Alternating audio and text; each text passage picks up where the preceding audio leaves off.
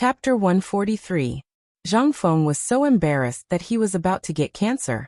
Being stared at by two dark monkeys with shining eyes, no matter how thick-skinned he was, he could not help but feel flustered. He hastily coughed and said, "You should think about this matter carefully. As for the water wheel, if you understand, I will tell you how to transport seafood and fruits, as well as the method of preserving freshness. Now I will tell you another way to make the country prosper. Are you interested?" Yes. Shiva wished he could strangle Zhang Feng's neck and shake out the things in his head. Seeing that Zhang Feng was finally not long-winded, he was so excited that his muscles were cheering. What a good man. If he could solve the problem of hunger and make Xinla prosper, then everything else was nonsense. Seeing Shiva like this, Zhang Feng smacked his lips and said with waning interest, "Actually, you really deserve to die. I remember there is a small island south of where you live, about 10 days by boat. That island is rich in spices. That thing is everywhere. You only need a piece of broken knife to exchange for a big bag. Do you know how much that thing can be sold for in Chang'an?" "How much?" Shiva and Dara's eyes were wide open. 100 coins. A whole 100 coins. Hiss. Shiva could not help but gasp. He knew that place, but he only knew that those things could only be used to smoke rooms and mosquitoes in summer in his palace. Most of the time, the people cut them for firewood. But now when he heard Zhang Feng's words, Shiva's face turned red. Damn it. He had wasted so many things for nothing. Not to mention selling a bag for 100 coins. Even if he could sell a big cart for 100 coins, or exchange it for a cart of food, he was already so excited that he was about to cry. After all, up until now most people in Jinla were basically hungry and full. Thinking of this, he could not help but want to beat himself to death. Hurriedly grabbing Zhang Feng's hand, Shiva asked excitedly, "Master Zhang, may I ask if those things you mentioned are sold in Chang'an? I don't want to wait a moment longer. You should also know the difficulties my people are facing now." In the depths of his emotions, this guy actually acted out a sad scene. Wiping his snot and tears on Zhang Feng's sleeve, Zhang Feng hurriedly pushed him away in disgust. He seriously doubted whether this guy had some kind of genes. No. Didn't Sawati Ka have such fetishes? At the thought of this, Zhang Feng's entire body was covered in goosebumps. Okay. Stop crying, you're a man. Come. Since this old man has said it, the spit of a man of the great Tang is a nail in his mouth. As long as you shut your mouth, this old man will tell you right now. Zhang Feng was so embarrassed that he had cancer of embarrassment. It was fine if he didn't think about his past life, but when he thought about it, Zhang Feng instantly exploded.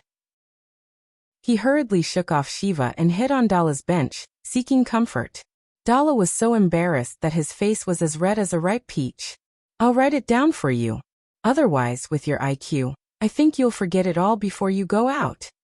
Zhang Feng flung Shiva's hand away in disgust. He glared at Shiva, who was sitting far away from him. Then he wrote and drew on the paper as he spoke. Spices are more popular in the aristocratic circle of the Tang dynasty. Now the main source of spices in the Tang dynasty is Persia, Shui-Yantua and Dashi, which is thousands of miles away. However, these spices are not as pure as your Jinlas. But remember, there are a group of Russians and native monkeys living there. As for whether you can get them, it depends on you. Also look at this hellflower I drew. You have to stay away from this thing. If you have any evil intentions and bring it to the Tang dynasty, I can guarantee that not only will you not be able to earn money, but that will also be the day of your Jinla's destruction. Hellflower.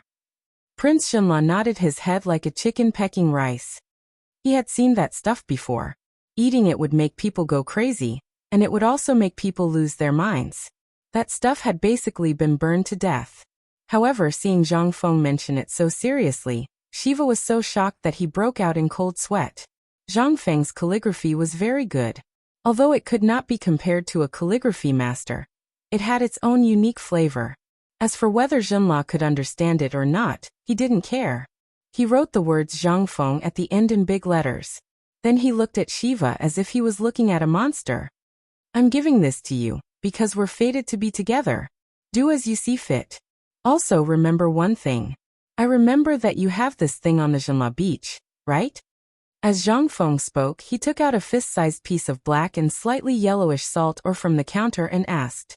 Prince Xinla looked at the salt ore and said doubtfully, "Isn't this thing poisonous salt? I have a lot of it. Is Master Zhang interested?" Interested? Zhang Feng's teeth were hurting. He bared his white teeth and asked, "I can eat as much as you have." Chapter 144. Siwa and Dala looked at each other. They looked at Zhang Feng as if they were looking at a monster. This thing had troubled them for generations. Because of this thing, they could not grow food. Many things could not be grown. Moreover, there were so many of these things that it made one's hair stand on end. They could not eat it. Not to mention that not a single blade of grass grew nearby. Even animals did not dare to come close.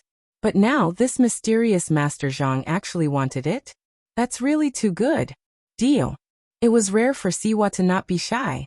He grabbed Zhang Feng's hand, scaring Zhang Feng so much that he bounced up reflexively and almost jumped into Dala's arms.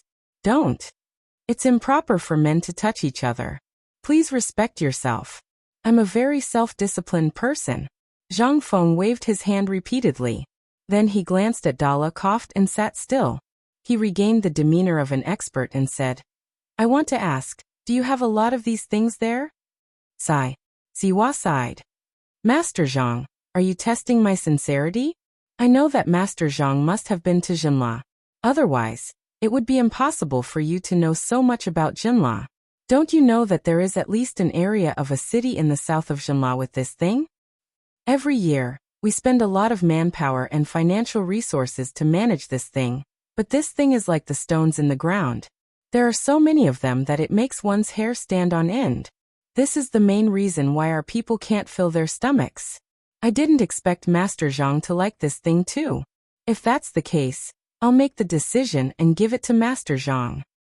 But my country's strength is limited, and this thing is rich in poison. So if you want it, you can dig it up yourself. No matter how much you want, Xinla will open the door and give it to you." He was not stupid. As the prince of a country, he had seen Zhang Feng's magical ability. If he still did not know that Zhang Feng was after their thing, then he would really be a pig. Zhang Feng's head was a little twisted. He thought that this guy was easy to fool, but he did not expect that he would be led into a ditch. Could he go to Jinla? Could he go? He couldn't go. If he did, it would no longer be a treasure. It was quite simple to refine this thing. As long as his people dared to go, the art of making salt would definitely be leaked in less than half a year. Zhang Feng's mouth twitched. His expression didn't change as he glanced at Shiva and said, "I have some use for this thing, but it's not that useful. I know a merchant who buys this stuff. If you want to sell it, I estimate that a cart of this stuff can be exchanged for 10 caddies of grain. Do you want to trade?" Zhang Feng spoke without blushing or panting.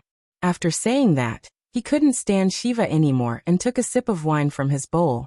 Then he put away the paper on the table and prepared to leave.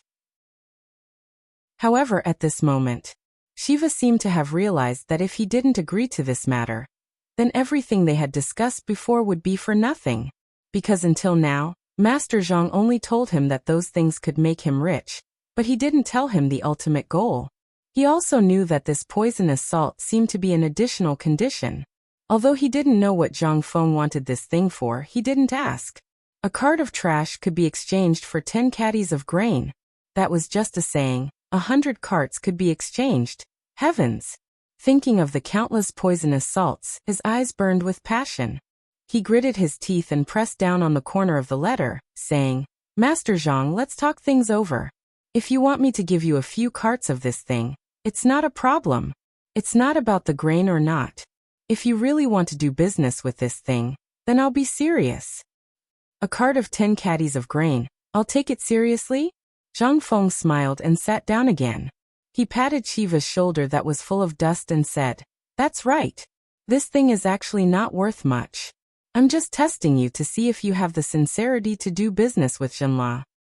I can guarantee that the people I know are powerful enough to take all of the things I mentioned before. But as for everything else, you'll have to discuss it yourselves. I just saw you because of fate."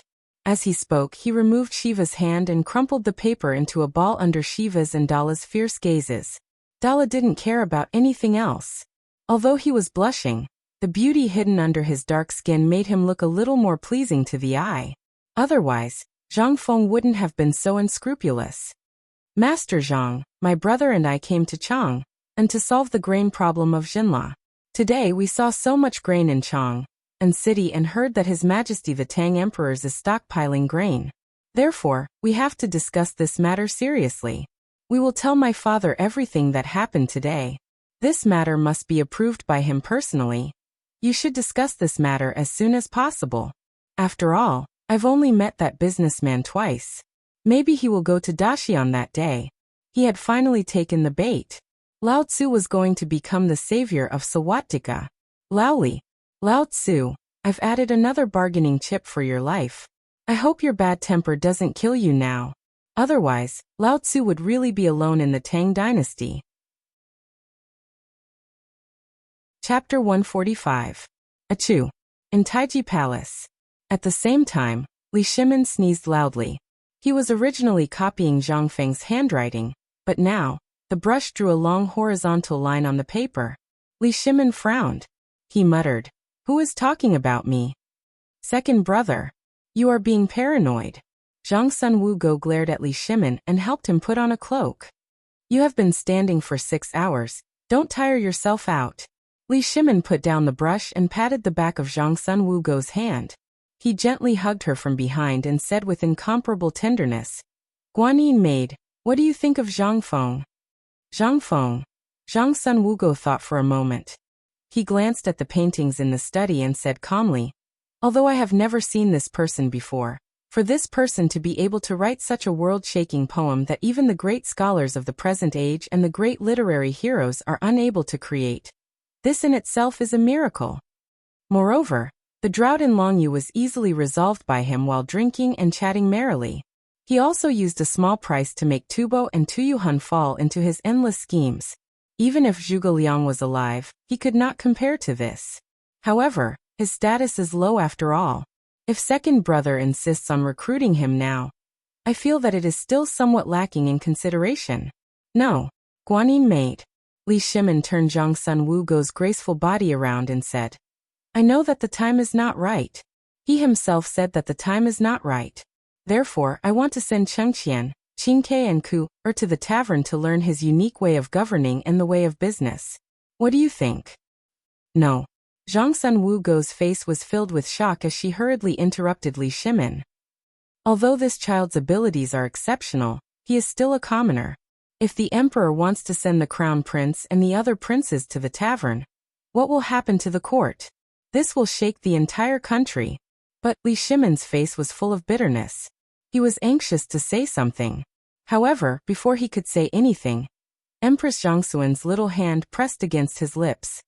"Second brother, I know that you want Chengqian and the others to learn a few more things as soon as possible, but have you thought about Hongwen and Imperial College? Do you want to be condemned by all the civil officials in the court?" Seeing Li Shimin's gloomy expression, Zhang Sun Wugo gently said, "This concubine knows that in the imperial court, you are a lonely warrior. You long for someone to stand in your shoes and help you without a shred of selfishness. This concubine also knows that Zhang Feng's position in your heart has already surpassed everyone else. But this matter needs to be taken slowly. At the very least, Zhang Feng still needs a noble title." Li Shimin had a flash of inspiration. "Yes, we will immediately issue an edict to bestow him a noble title. This way, all the civil and military officials in the court will not have a single word of complaint." "Your Majesty." Zhang Sun Wugo hurriedly blocked the agitated Li Shimin. "What name are you using? Right now the matter of Tubo cannot be exposed. Moreover, the true effects of the water will have not been revealed. Even if the contribution of the salt-making technique is meritorious, this is not the time." Li Shimin vexed and viciously broke the red sandalwood jade brush. He sighed. "It is rare for us to have a close friend. However, we can't do anything right now. Only something as insignificant as money can express one's sincerity. However, Guanyin servant, you should know that Zhang Feng's goal is not money. If he wants to be rich enough to rival a country, then the method of cooking locusts, as well as the mysterious wine and delicacies, Which one of these would not allow him to make a fortune? However, he did not. Perhaps it is because he is too lonely. At this time, Li Shimin somewhat believed Zhang Feng's words. He was an old monster who had lived for 5,000 years. However, when he thought of his exaggerated and indifferent way of speaking, it was completely to talk about loneliness. It was because he was lonely, endlessly lonely, that he told me everything.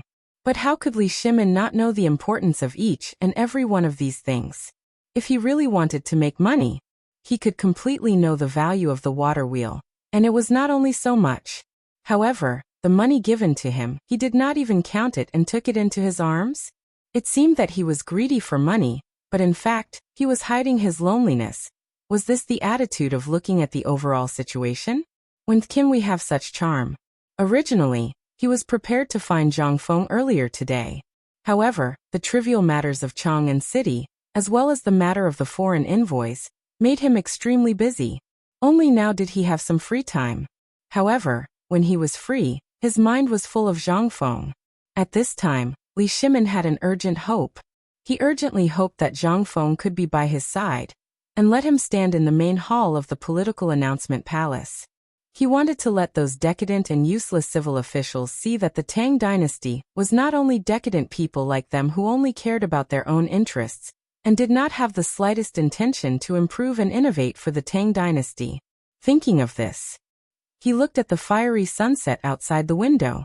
Li Shimin put his hands behind his back like a lonely wolf, looked up at the sky and said, "Guanin's servant, follow me out of the palace to see that bastard." Chapter 146. In the end, Empress Zhang's son still didn't follow Li Shimin. This time, Li Shimin didn't bring anyone with him. He brought Xiao Gizi and Wei Shuyu's team of Jinwu guards, changed into the gorgeous clothes of merchants, and turned into the East Market through the Yanxi Gate. At this moment, Zhang Feng, who was thirsty, paid the price of a poem by Li Bai and completely exploited Shiva and Dala. Then he waved his sleeve and said, "I'm tired. Please go back." The two trembled with fear as they held Zhang Feng's calligraphy. They kicked the servants who were pretending to be asleep awake, and then bowed and left Zhang Feng's store. Shiva even tactfully closed the door for him. When he hid behind the door and heard the sound of footsteps gradually fading away, Zhang Feng's mouth was about to reach his ears. "I'm rich. I'm really rich. Jade. They're all top-grade jade. Damn these idiots. Although they're stupid, they're really rich." Looking at the table full of jadeite and other valuable items, Zhang Feng concluded that if he sold these things, he would definitely be able to amass an unimaginable amount of wealth in a short period of time. But was he greedy? Greedy my ass. He was a collector. He liked this name. He couldn't bear to see good things being covered in dust. Anything in the hands of others was equivalent to asking for his old life. Any one of these things, if passed down to the future, would be a priceless treasure. He was thinking if he could return to the modern world after the system was activated. Should he bring Lao Li and the others to see the modern Chang'an City? Presumably, Lao Li and the others would be so excited that they would suddenly have a heart attack, right? While looking at the table full of treasures and laughing foolishly, Zhang Feng didn't notice that the door of the tavern was opened again. A voice that was cloaked in the setting sun appeared in his ears. "Shopkeeper? Who are you trying to rob? Why are there suddenly so many treasures?" The person who came was Li Shimin. After seeing the treasures on the table, he was envious. He couldn't help it. He was poor. In the Tang dynasty he needed money. Moreover, the Emperor Emeritus's birthday was about to be celebrated. He was having a headache about money. Now seeing the table full of money, his eyes couldn't help but light up. But at this moment, Zhang Feng was like a hen protecting its chicks. He pounced on the table, and stuffed all the treasures on the table into his clothes, leaving only the string of pearls and some small parts outside. Seeing this, Li Shimin says, "Yo, Lao Li, I thought you were caught in the prison." Zhang Feng laughed and threw all the treasures on the floor inside the counter, as if they were rubbish. Then he clapped his hands. He took out a jug of fine wine from the counter and said, "What's going on today? You don't seem to be in a good mood." Ignoring Zhang Feng's jesting, Li Shimin looked at Zhang Feng with interest, looking him up and down. Zhang Feng was a little angry. He had just experienced Sawadika. There were still many shadows in his heart. He didn't expect that before he could recover, he would be stared at by Lao Li again. It would be strange if he didn't explode. Ahem. Zhang Feng coughed. Li Shimin retracted his gaze playfully. Looking at a dropped earring on the table, he teased. So you brat, you robbed Yan Lai restaurant? Get lost. Zhang Feng, who was embarrassed into anger, shamelessly put the earring in his pocket and said, If I had that ability, I wouldn't have opened a small tavern. By the way, why are you here? Where are they? Seeing that Zhang Feng didn't say anything, Li Shimin didn't bother to ask. They're all busy stocking up grain now. They're very busy during this period of time. Zhang Feng was puzzled. Then why are you so free? You still have the leisure to come here? Tell me, did you get into trouble? Waiting for me to bail them out. He didn't believe Li Shimin's words when he was eating. But Li Shimin didn't intend to say anything about this. This matter did go wrong, but fortunately, Lord Zhangsun will take care of everything. We're fine for the time being. We're fine. That's good. Lao Li, you have a good life. Now that you've met me, you see, everything is going smoothly. Li Shimin rolled his eyes at Zhang Feng. Don't be confused. Seriously, do these things belong to those Jinla messengers? Don't say no. This jade is a special product of Jinla. It's precious. You know, this earring can be sold for more than 10 taels of gold in the circle of noble women. With Li Shimin's sharp eyes, how could he not know who the people who just went out were? But looking at their clothes, other than the clothes, the rest of the ornaments were all gone. Even Prince Jinla's belt and Princess Jinla's head ornament were gone. What could this mean? This guy must have cheated them badly. Seeing that his lie was exposed, Zhang Feng stopped pretending. He smiled and said, When I saw so many people stocking up grain in Chang'an City, I thought something had happened to you. I was thinking of getting some money and using my connections to bail you out. I didn't expect that my efforts were in vain. However, Zhang Feng changed the topic and said mysteriously, Lao Li, I have a big business deal. Do you dare to do it? Chapter 147. Li Shimin's eyelids twitched. He forcibly suppressed the urge to ask Zhang Feng how to solve the predicament in Chang'an City and his father's conflict. He narrowed his eyes and asked, What kind of deal is so mysterious? Is it related to Jinla? Oh, as expected of Lao Li. His brain was better than Old Wei and Lai Sun's. I guessed it from those fools. Li Shimin curled his lips. Even a fool could guess it, okay? However, Zhang Feng's words were very effective on him. It was very strange. There was no shortage of flatterers in the court, but Li Shimin was annoyed when he saw them. He wanted to kill them, but he was looking forward to Zhang Feng's praise. And it was the kind of praise that was full of sarcasm. This made Li Shimin very happy. He cupped his hands and personally took a jar of wine from the counter. Without waiting for Zhang Feng's instructions, he opened the mud seal and drank from the jar. What kind of friendship do we have? Although we have never been on the battlefield, but it can be considered a friendship of life and death. Everything that I have now is all because of your guidance. Just tell me, what kind of deal? I've been waiting for you, Lao Li. Zhang Feng pulled Li Shimin to sit beside him. He hooked his arm around Li Shimin's neck and said, I'll tell you.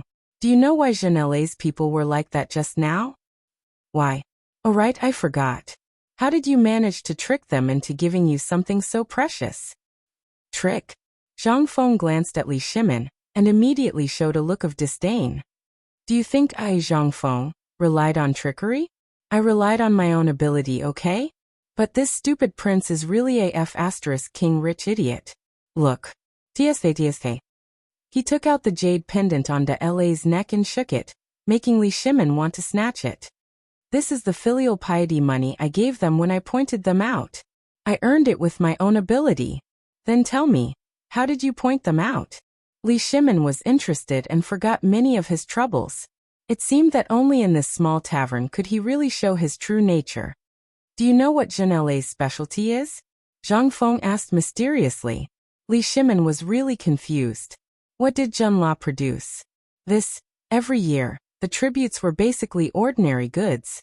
In that place, People were so poor that they couldn't even afford to wear pants. What else could they offer? But seeing Zhang Feng's expression, Li Shimin couldn't help but become excited. Did you find something new? Yes. Let me ask you, old Li, have you ever heard of relying on the mountain to live off the mountain, and the water to live off the water? I've heard of it. And this matter has been taught by the Han people for generations. Li Shimin was sure. Alas, Zhang Feng sighed. Do you know that that idiot Zhenla doesn't even know this? Don't you think it's infuriating? Born in a treasure mountain, but starved to madness. I think in the whole world, Zhenla is so naive and cute. Just tell me, what did you find? Li Shimin didn't wait for Zhang Feng to finish his long-winded speech, and hurriedly poured him a bowl of wine and asked, Don't worry. Listen to me first. This matter is related to the long-term supply of table salt, and the important point of whether the Tang dynasty can firmly control the surrounding countries. So powerful? Li Shimin was also shocked. He hurriedly put down the irritation in his heart. He listened carefully. Zhang Feng was not in a hurry now. What do the coastal areas rely on for a living, Lao Li? Fishing.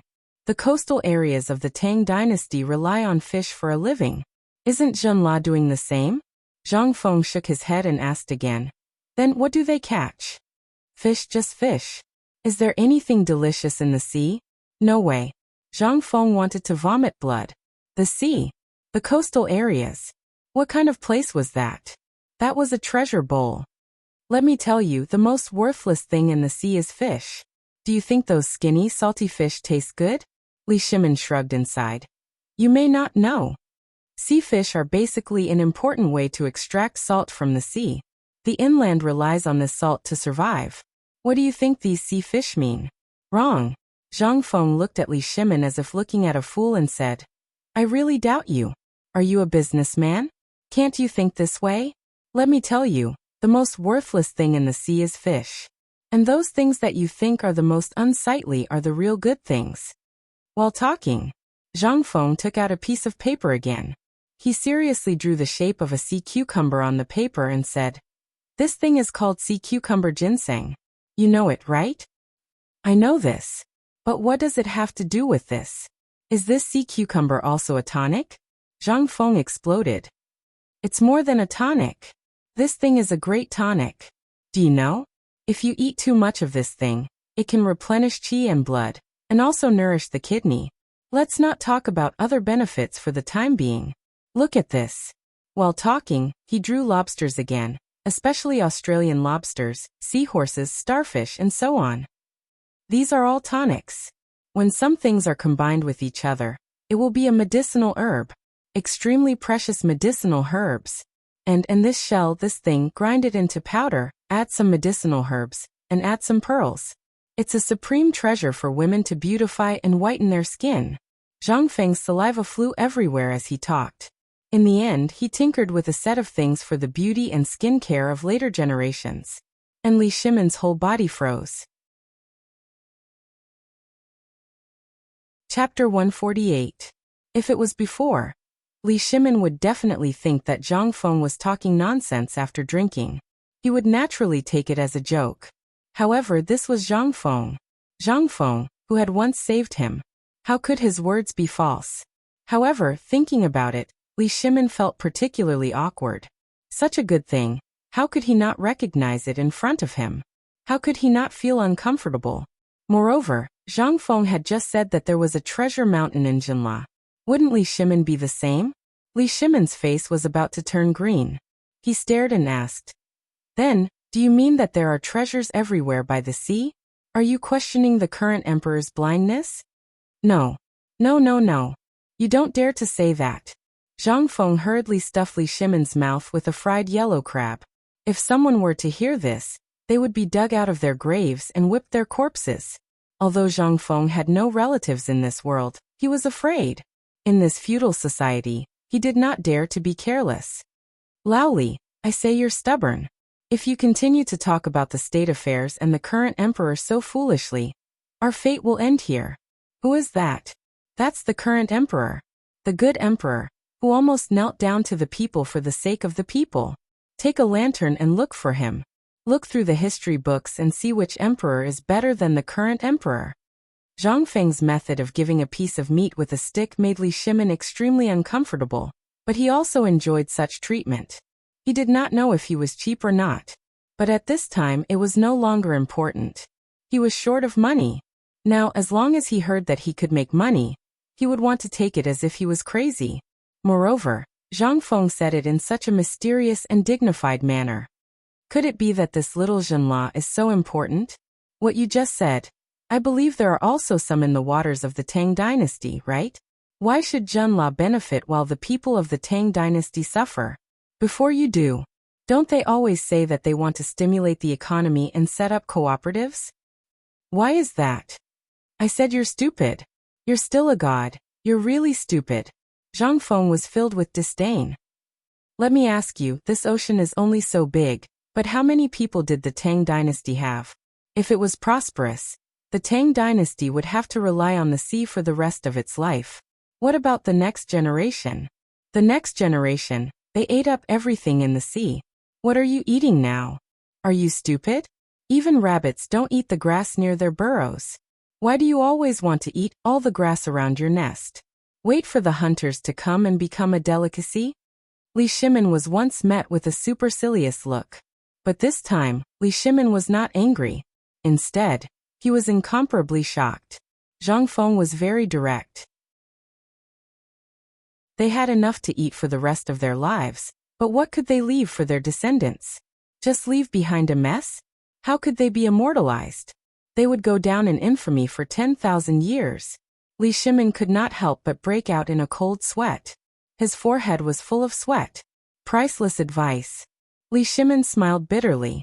I've read poetry and books, but I've forgotten such an obvious truth. As he spoke, Li Shimin stood up solemnly and bowed to Zhang Feng. And Zhang Feng accepted it happily. Li Shimin could understand this truth, and he was very satisfied. At the very least, if there were more such merchants, the Tang dynasty would not only last for 300 years, and there would be a lot more legacies that could be left behind. This was what Zhang Feng was most satisfied with. He was not satisfied. When the time came, he would buy Australian sponges from abroad for a few hundred yuan per caddy. This thing was not valuable, but he could only watch it be cheated. Why? Because it was extinct. Because of those idiots in history, it was extinct. The future generations wanted to eat it. Sure. Please go abroad and buy it for tens or hundreds of times the price. If Zhang Feng's plan was implemented with Lao Li, Zhang Feng could foresee that in the future, the whole world would be bought by the Tang dynasty and the people of Huaxia. After it was all bought, sorry, but do you want to eat it? Come. Lao Tzu could sell as much as he wanted. You don't want to buy it? Get lost. That was heroism. Huaxia lacked such heroism. That heroism was originally there, but it was obliterated by the extension of history. Zhang Feng's appearance was to prevent Huaxia from suffering any humiliation in the future, although he did not have any illusions. But the moment he transmigrated to the Tang dynasty, he had such a dream. Since he was here, the most prosperous Tang dynasty in history, then let the Huaxia people, in their heyday, let them surpass everything, cross the ocean, and let the flag of the Tang dynasty be planted on every inch of land in the world. Let them be free labor for the Tang dynasty. Only then would it be worthy of Zhang Feng's title of the Emperor of Eternity. The Emperor of Eternity who truly completed the unification of the world. Not the half-baked Emperor Qin Shi Huang and Emperor Wu of Han. At this moment, Li Shimin was sighing. His heart was spreading and burning. And Zhang Feng was the same. At this moment, he suddenly felt that the world in the future was no longer so narrow. He was no longer alone. Which chivalrous person was not a lonely fighter? It was just that he let the trajectory of history, under the premise of normal operation, let him turn faster and farther. That was what he wanted to do in the future. Since he was here, then he had to leave some memories for Huaxia. He would leave a thick and colorful mark. Chapter 149. Li Shimin was very shocked. Such a brilliant plan. This was really a plan to eradicate the family. This plan might be carried out for several generations, or even dozens of generations. But in his hands, he was the person at the helm of this plan. He controlled the future of this plan. This was even more exciting for his dream of a golden age, where all countries would pay homage to him. Although he knew that he would not live until then. But at this time he could imagine the expressions of those foreigners who would kneel in front of his tomb and tell him about his deeds thousands of years later, when all countries came to pay homage to him. Li Shimin could not help but laugh at his fantasy of a golden age. And Zhang Feng did not disturb him. He knew that Lao Li was enlightened. This was a kind of sublimation. It was also a part of his plan. The great Tang needed merchants like this. These honest merchants lacked the scheming and deceit of the later generations. Only a patriotism. This was rare and commendable. He had simply helped the lost find the lighthouse in their hearts at the right time. Hey, Lao Li, are you thinking about the future? Zhang Feng stared at Li Shimin and asked with a smile. Li Shimin's dream was shattered. Not only did he not blame Zhang Feng, but there were also traces of tears in his eyes. Yes, I see the future, no. 10 years later, the golden age of the Tang dynasty. That is what we want to see the most. When we go to every corner of the world, we only need to show the name of the Tang dynasty, and the whole world will bow down to us.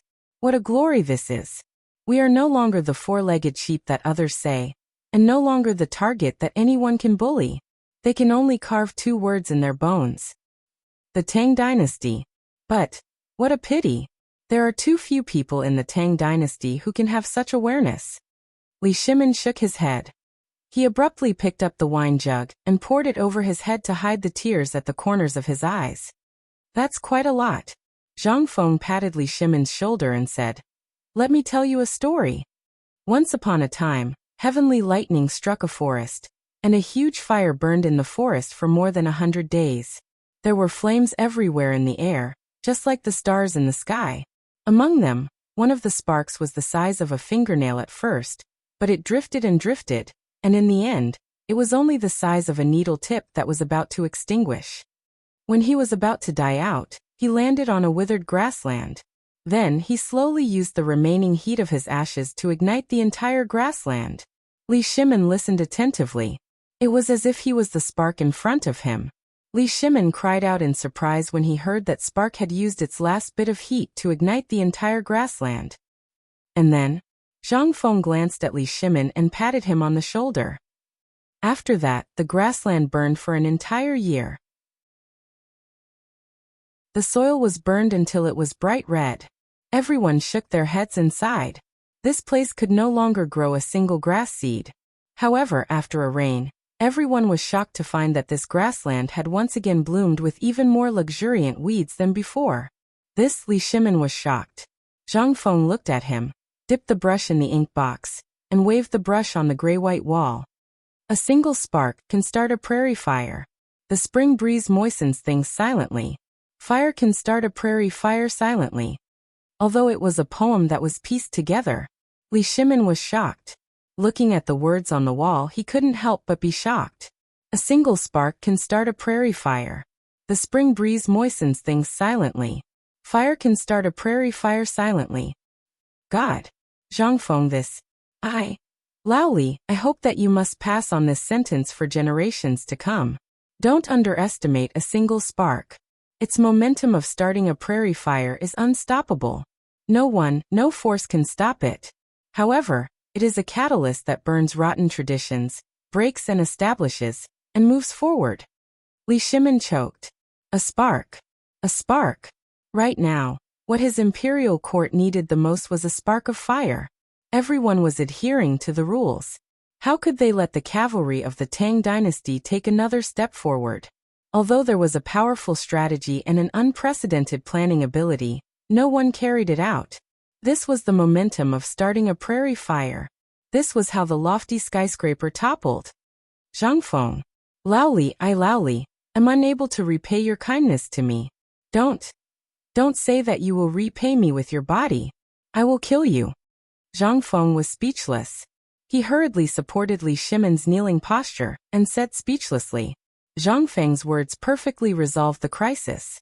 Because just now on the beam of his house, Wei Shiyu's crossbow was already aimed at him. That's enough, Lao Li. Let's not be pretentious. Every one of us has a role to play and a mission that we need to complete. I am the one who will make this wheel turn. And you are the one who will make the wheel turn. Laoli, do you want to build a prosperous Tang dynasty with me? Chapter 150. Yes. Why wouldn't I? Li Shimin didn't even think about it. Until now, he no longer had any doubts about the mystery of Zhang Feng's origin. Damn it. Zhang Feng is from the Tang dynasty. Does he still want to harm the Tang dynasty? Let all the doubts go to hell. Seeing Li Shimin so determined, Zhang Feng nodded. Then he said, "This is why I strongly recommended Dahai to Zhenla. When they throw themselves into the sea and happily transport goods to the Tang dynasty, Zhenla is really a Zhenla. In fact, he is a member of the Tang dynasty. I am a dog of the Tang dynasty." Hiss. What a vicious plan. However, Li Shimin's fists were clenched tightly. He was extremely excited. Wei Shuyu, who was on the beam, was also shocked by Zhang Feng's plan. It could even be said that Zhang Feng's words just now opened the door to another world for him. He had heard the name Zhang Feng from his father for a long time, but even if he asked anything about Zhang Feng, his father didn't say a word. Today, he was lucky enough to accompany the emperor out of the palace. He didn't expect to see the mysterious person who was highly praised by his father and all his uncles, and who hid very well. Today, he secretly sneaked into the beam of the tavern without anyone knowing.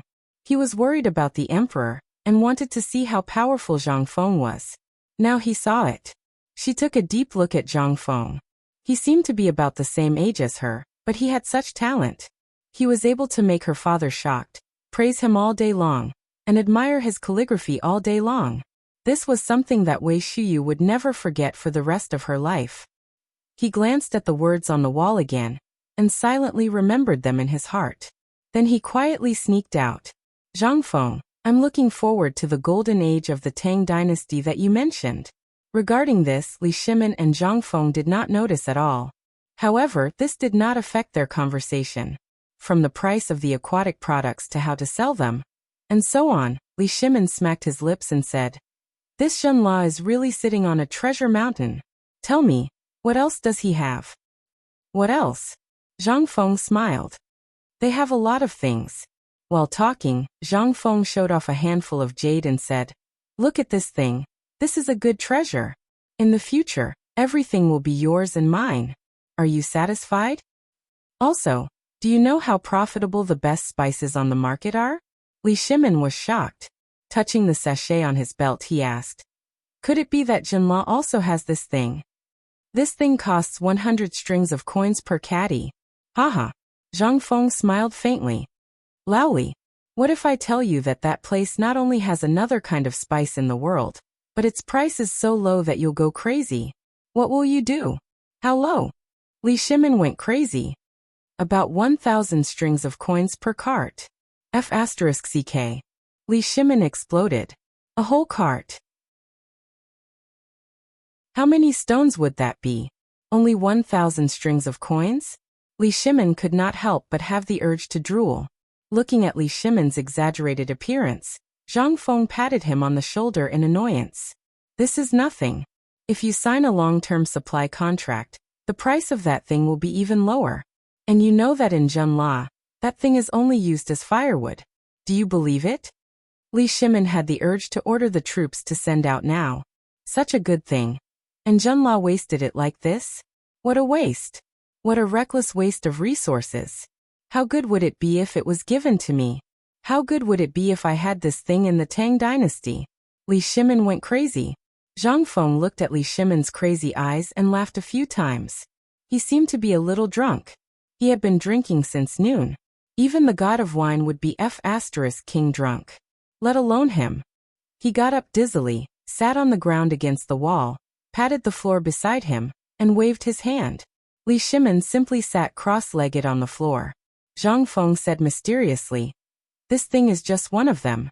There is another thing that you should have heard of, that is lychee and bananas. You are used to calling them ganjiao. There are also many strange fruits. Because of poor preservation, they have only been sold in the places closest to the Tang dynasty. I gave them an idea. Let these fruits and seafood be transported to Chang and fresh. What idea? Li Shimin asked. Among the tributes of Zhenla, there were indeed fruits, but they were basically dried fruits. He craved those things. Not only him, but the Empress and the others also liked those things.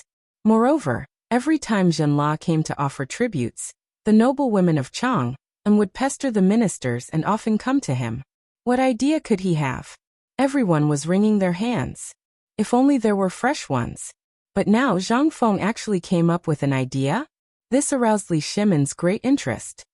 What else is there? It's just a water wheel. Zhang Feng rolled his eyes. Are you stupid? That thing could be used to fight the drought, and it could even be sold. Otherwise, are you going to use the useless water wheel to chop firewood? Chapter 151. Li Shimin's head was swollen and hurting badly now. He felt dizzy. It was as if someone had hit him hard with a stick. His original plan was to sell the remaining 80,000 water wheels to Tubo or Tuyuhun. But now, it seemed that this plan had to be changed. There was a way out for what was originally a headache.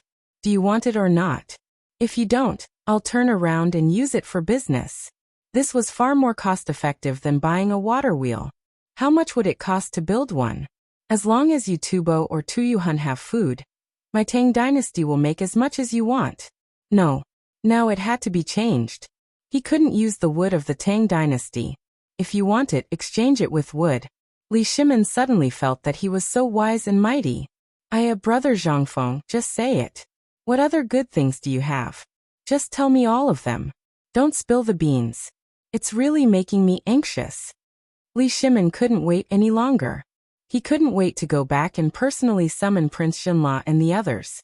It would be best if he signed the contract tonight for 100 years, no, a 500-year contract.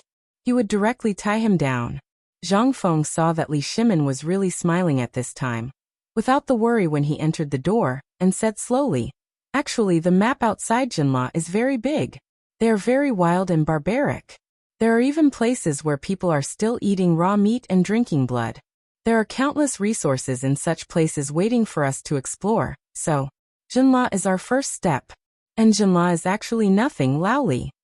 Zhang Feng couldn't help but sigh. He was afraid that what he was about to say would scare him. An endless supply of salt. Even if it was recorded in history that it was mined from the Tang dynasty, at least during Zhang Feng's time, there were still people mining. Although at that time, no one cared about salt. He only went to take a look out of curiosity when he heard the old man in Sawadika talk about it when he was traveling. This was enough to show how abundant the production of this thing was, right? Even after thousands of years, they still couldn't finish digging. If this wasn't a treasure, then what was? Zhang Feng wanted to completely turn salt into a cheap commodity. This Zhenla was the key to this. Otherwise, with the amount of salt produced in the Tang dynasty, not to mention selling it, it wouldn't even be enough for them to eat. But now everything is fine. With this toy, those with big necks could scram to the Tubo Turks, Dashi Empire, and other places. The Tang dynasty does not welcome you. No. It's Lao Tzu. Zhang Feng doesn't welcome you. Brother Zhang Feng? Brother? Brother, wake up. Originally, Li Shimin had been waiting for Zhang Feng to say something, but after waiting for a long time, he finally realized that Zhang Feng was laughing sinisterly. That smile was so cheap that Li Shimin wished he could slap him away. He shook Zhang Feng to wake him up speechlessly. Zhang Feng coughed without blushing and said, Laoli, I think you'd better be prepared first. What I'm going to say next don't talk nonsense. Just say it. You're a porcelain hammer. Fine. I'll say it. Zhang Feng was a little speechless. He couldn't even pretend to be cool anymore. If I'm not comfortable, you won't have it easy either. Thinking of this, Zhang Feng smiled and said, Do you know what's the most valuable and precious thing of Zhenla? What does the Tang dynasty need the most now? Don't talk about food. If Zhenla had food, he wouldn't have come to the Tang dynasty to ask for food. Li Shimin curled his lips. It's not food. It's something else that concerns the people's livelihood. Li Shimin couldn't figure it out. He was very anxious. There were too many things that concerned the people's livelihood. How could he know what Zhang Feng was up to? Just as Li Shimin was about to strangle Zhang Feng's neck, Zhang Feng stretched out a hand to stop Li Shimin, and then said a word faintly. Salt. There are countless salt mines that can at least supply all the people in the Tang dynasty. They won't dry up even after 500 years of free trial. Boom. Li Shimin felt like he was struck by lightning. Otherwise, how could he fall to the ground? And there was a big bump on his forehead. However, all of this was not important. Li Shimin grabbed Zhang Feng's collar and asked with a very serious expression. What did you say? Say it again? Zhang Feng was also confused. This Lao Li, why did his expression and aura look a bit like a person? However, at this time he was drunk and dizzy. How could he have the mind to think about who Li Shimin looked like?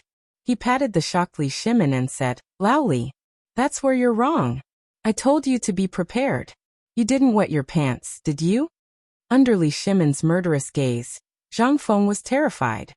Okay, I won't tease you anymore. Actually, this is true.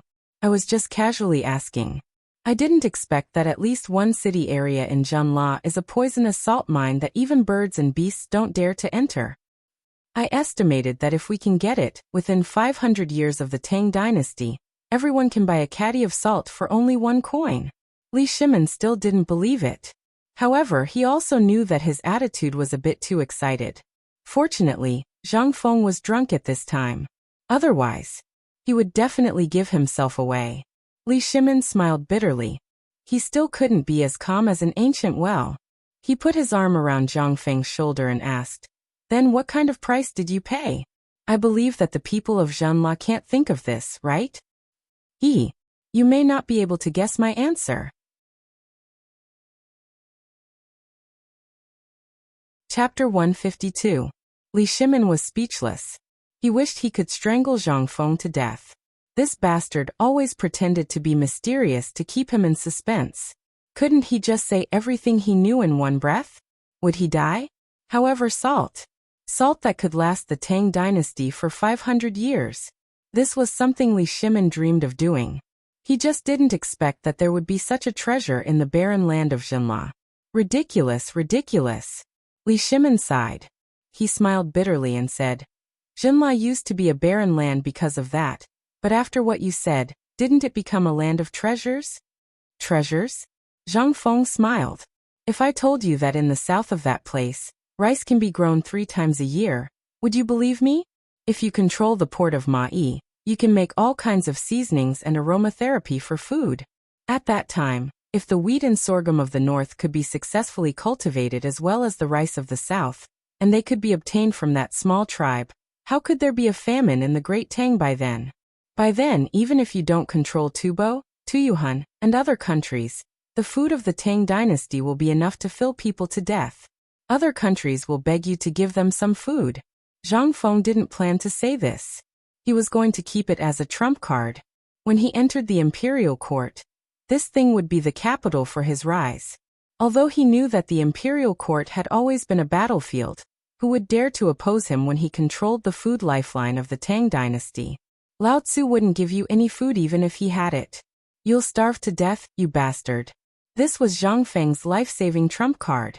He didn't dare to use it easily. This encounter with the people of Zhenla reminded him of the richness of that place. That was why he kept scolding those people who were sitting on a mountain of treasures and starving to death.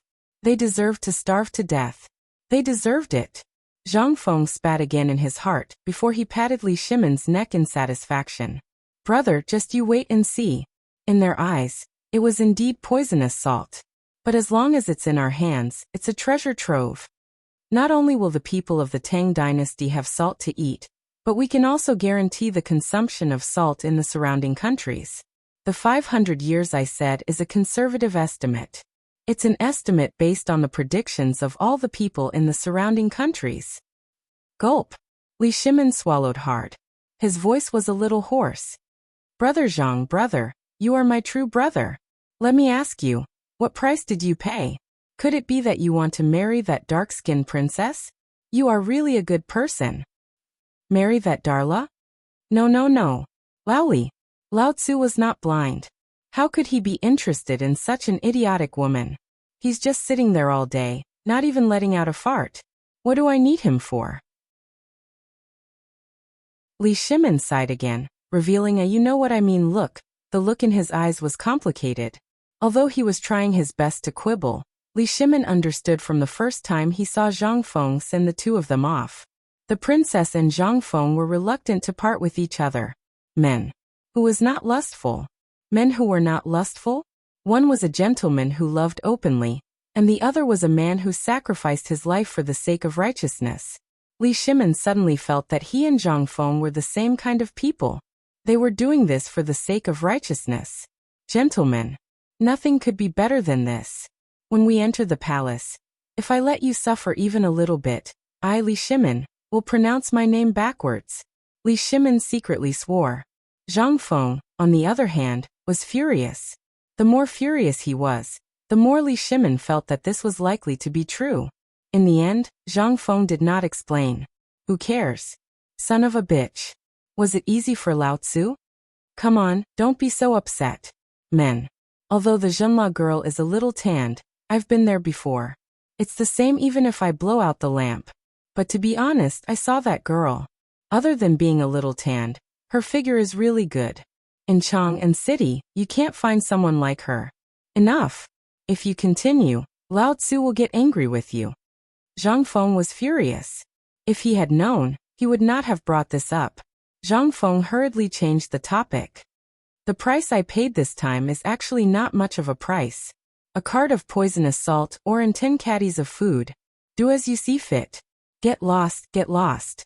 Lao Tzu wants to sleep. Zhang Feng was speechless. He did not want to talk to Li Shimin anymore.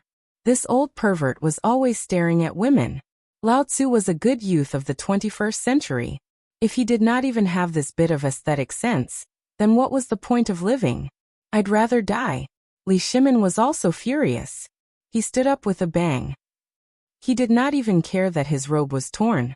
He asked in a trembling voice, You said a cart of poisonous salt, 10 caddies of food?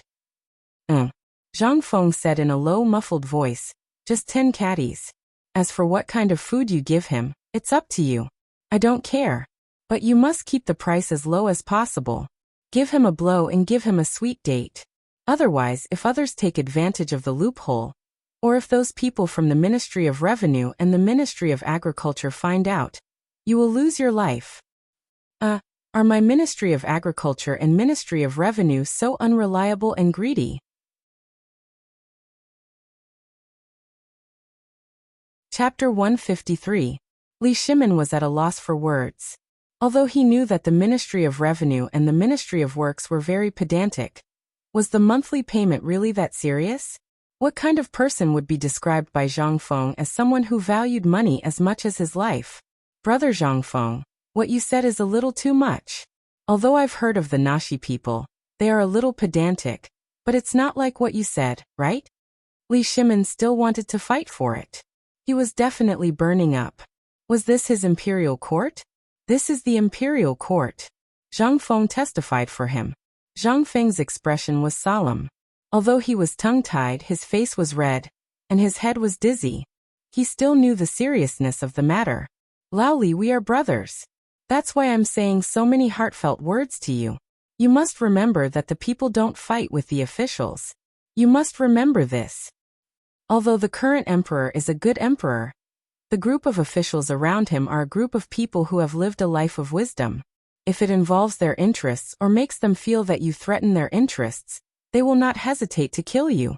This is the reason why I asked you to get in touch with Zhang Sunwuji. He is the Minister of Justice, the Emperor's brother-in-law, and an experienced official. He knows a little about the ways of the world. So get along with Zhang Sunwuji more. Even if you earn a little less, don't provoke the Ministry of Works and the Imperial Court. If such a day comes, you'd rather hand over all the technology and assets you know, or throw them to Zhang Sunwuji. Run as far as you can. That's the best. The Imperial Court is a nest of quarrels. Your every move is no different from a flea in their eyes. But once a flea like you touches the foundation of their life, they will slap you to death without hesitation. Zhang Feng said with a heavy heart. Li Shimin was silent.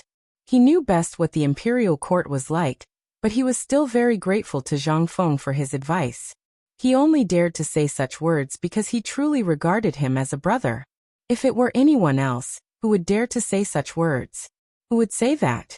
Although Jeanla looked like a fat piece of meat, once this fat piece of meat made people jealous, he would immediately become a piece of smelly meat that attracted flies and smelly bugs. Thinking of this, Li Shimin wanted to get up and give Zhang Feng a Confucian bow, but he couldn't get up after a long time. After a few jars of wine, they were all drunk. How could he still have the strength to get up? Li Shimin didn't get up anymore.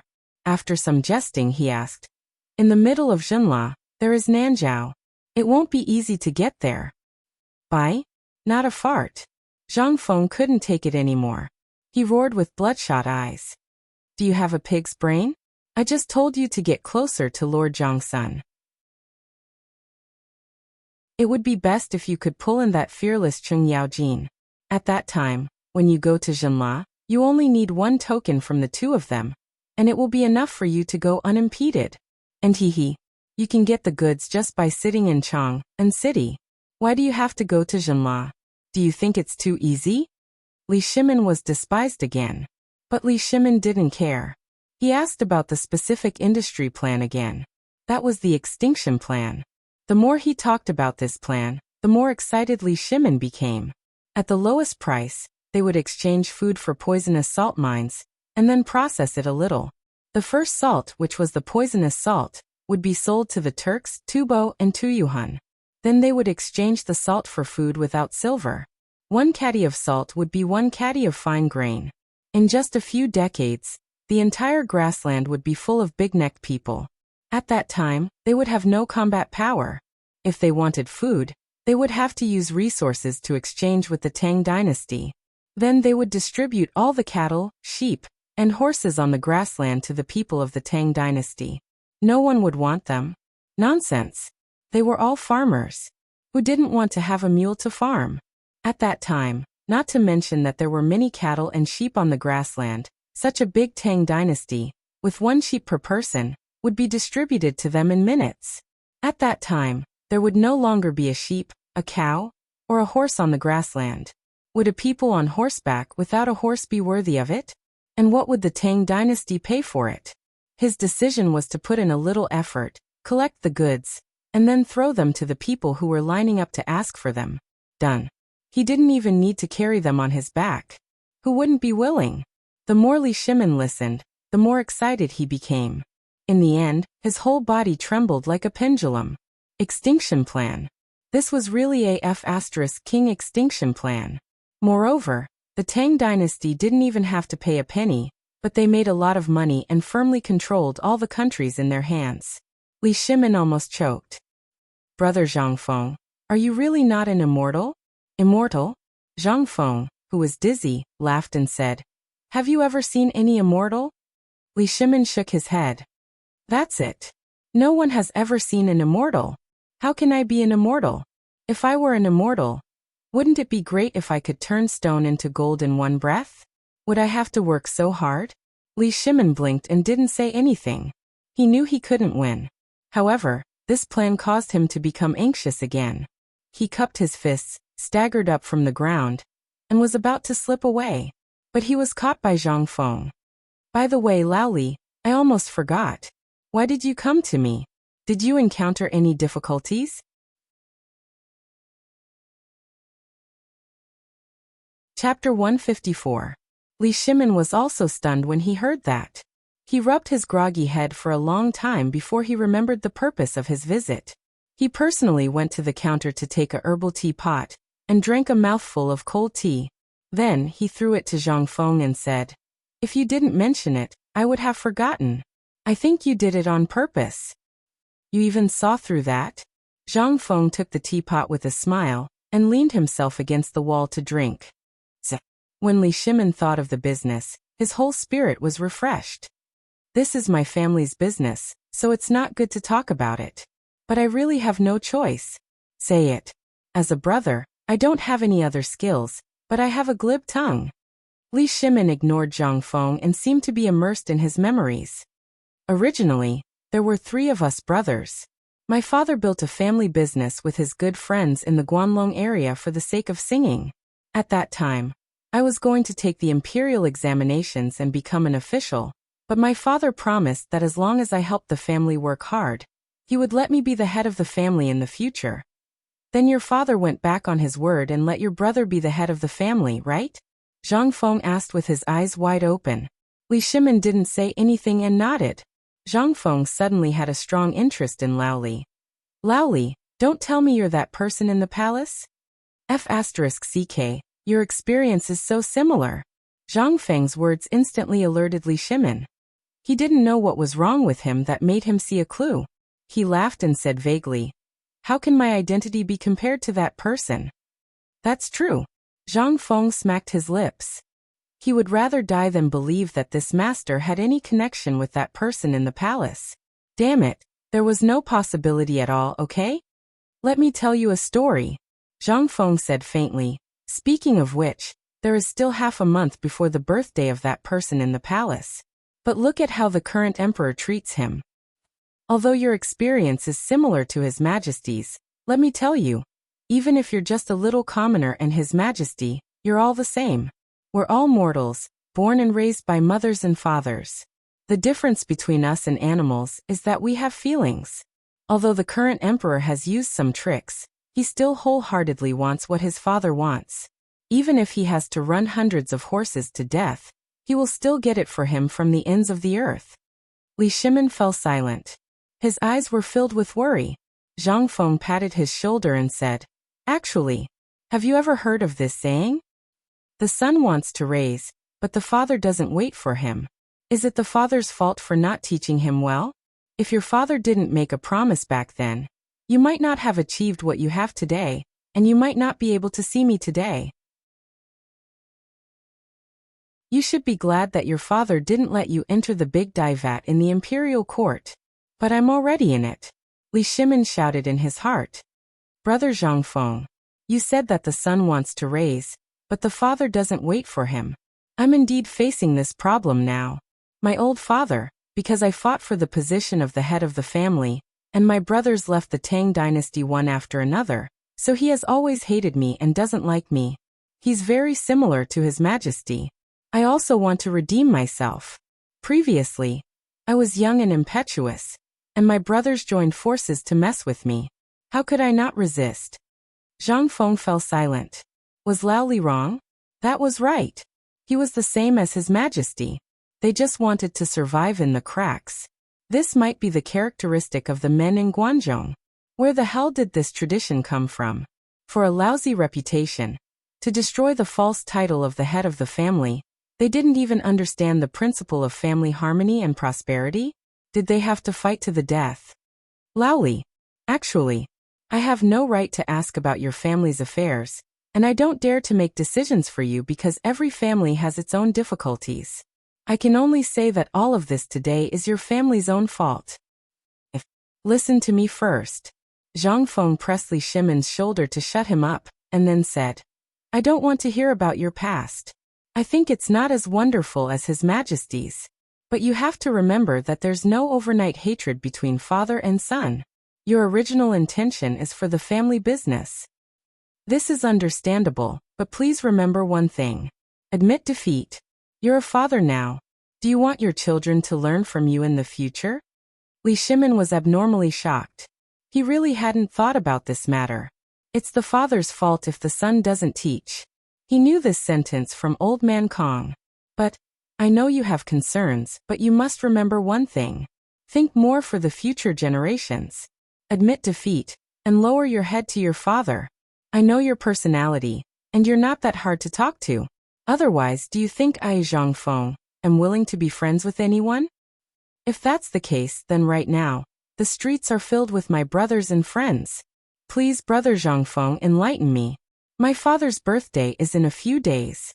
I'm also thinking about how to resolve the conflict between us at this time, but I have no way, so it's like this.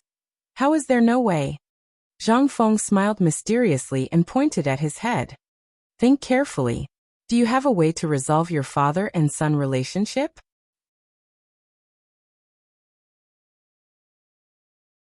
Chapter 155. Want. If I want, will I expose all my dirty linen to you? Li Shimin shook his head speechlessly.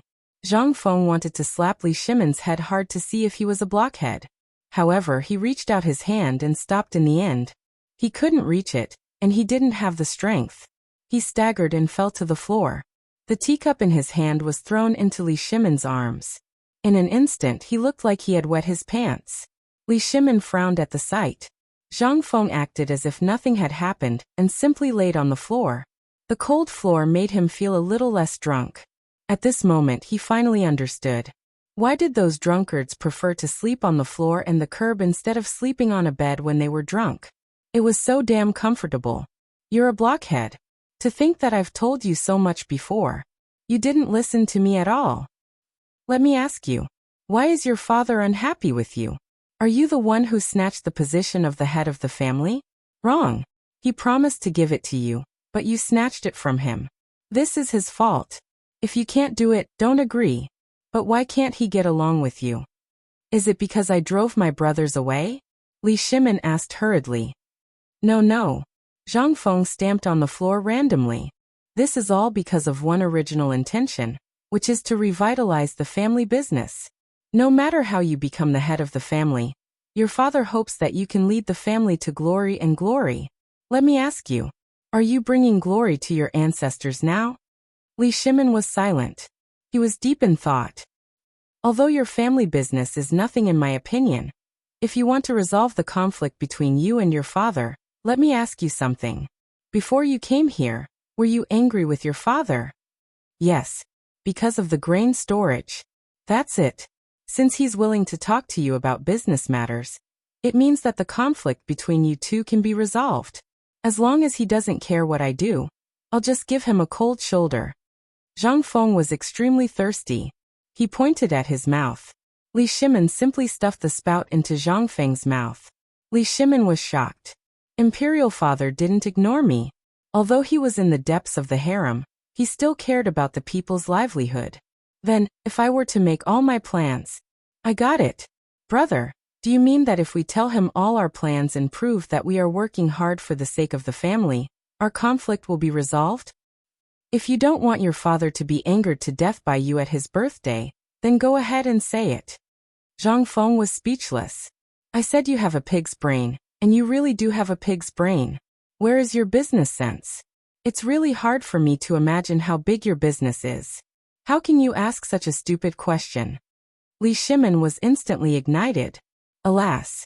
Damn you, is this how you talk to your old brother?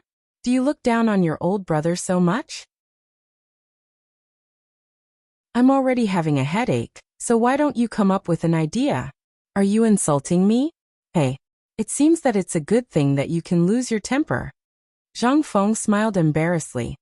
Before this matter is confirmed and the contract is signed with Jinla, as well as the matter regarding Tufan, we have to wait until the contract is signed. Until the deed is done, don't tell anyone. Otherwise, you can go find a crooked tree. What for? Li Shimin was confused. This crooked tree. However, Li Shimin instantly understood. He was so angry that he blew his beard and glared. However, Zhang Feng didn't wait for him to lose his temper and said, From the way Jinla's people came today, I can see that this is a good day.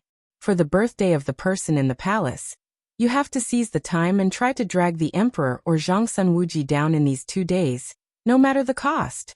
In this way, you can sign the contract. It's best if the contract is signed by Tubo, Tuyuhun and Jinla. I'm sure that the main reason why Tubo and Tuyuhun are here is because of this. Are you so sure? I'm so sure. Zhang Feng was certain. This matter has been left unchecked for a long time. I think it's already June. Logically speaking, they should be freaking anxious, but they haven't done anything. That means they're waiting for the drought in Longyu Dao. Li Shimin was also shocked. He thought carefully for a while. In his mind, the list of tributes presented by Tubo and Tuyuhun's envoys appeared. He didn't notice it before, but now that he thought about it carefully, it was really more sumptuous than before. Could it be that what Zhang Feng said was true? This time, they wanted to use the birthday of the retired emperor to confirm this matter? How confident are you? Li Shimin grabbed Zhang Feng, who was drinking water, and asked. 80%. If the retired emperor doesn't cause trouble, It was a sure thing. Although Zhang Feng said it was 80%, it was definitely 100%. Because with Zhang Feng's temper, he would never smooth things over. He would always leave a safe place for himself. Li Shimon's eyes flashed a trace of ruthlessness. It seems that Chang and is going to have a big change in this birthday.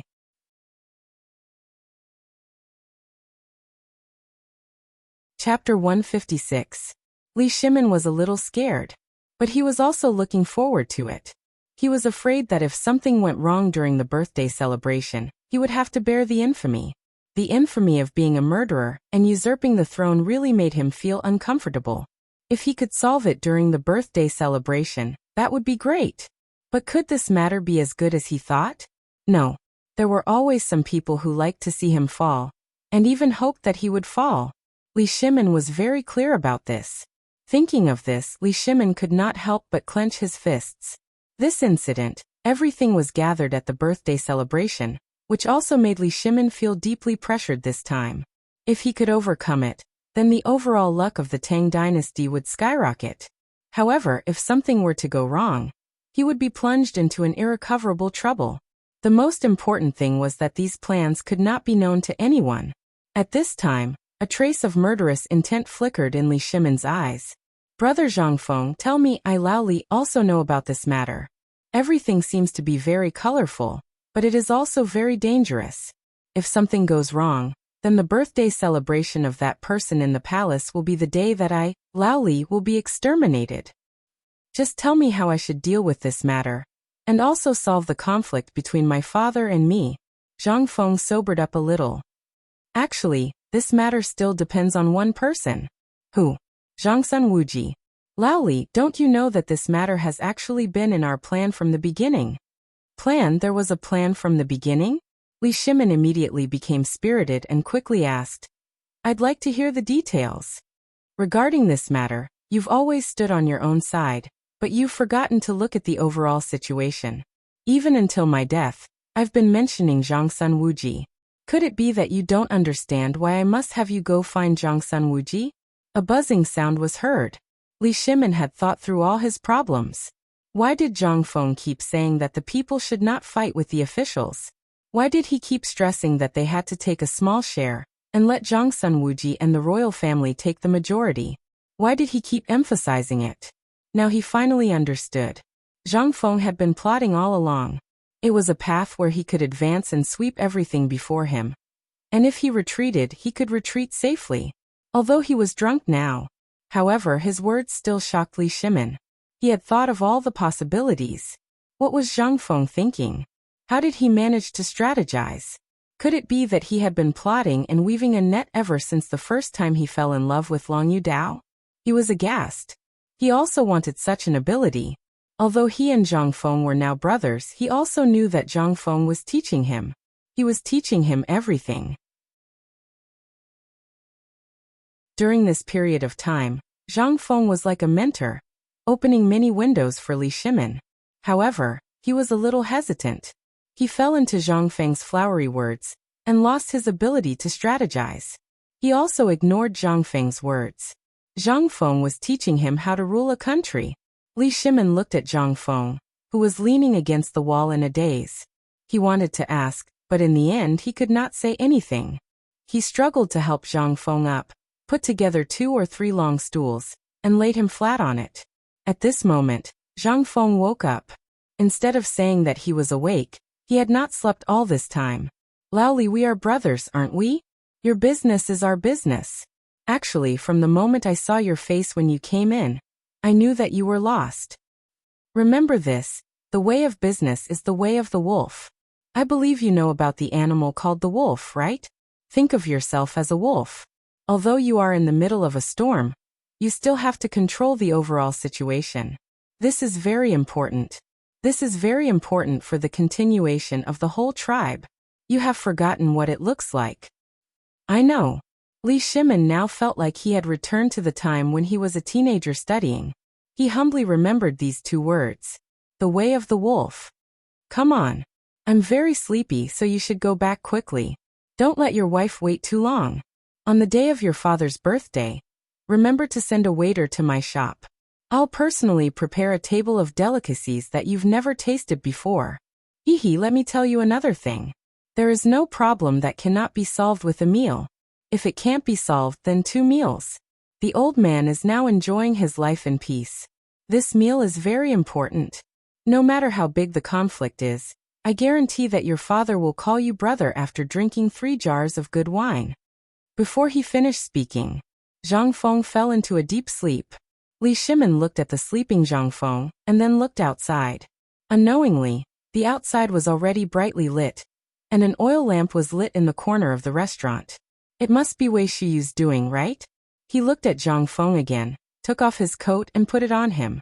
Then he said thank you and quietly closed the door and left.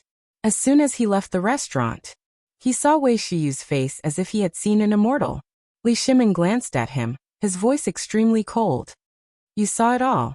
I saw it. Forget it.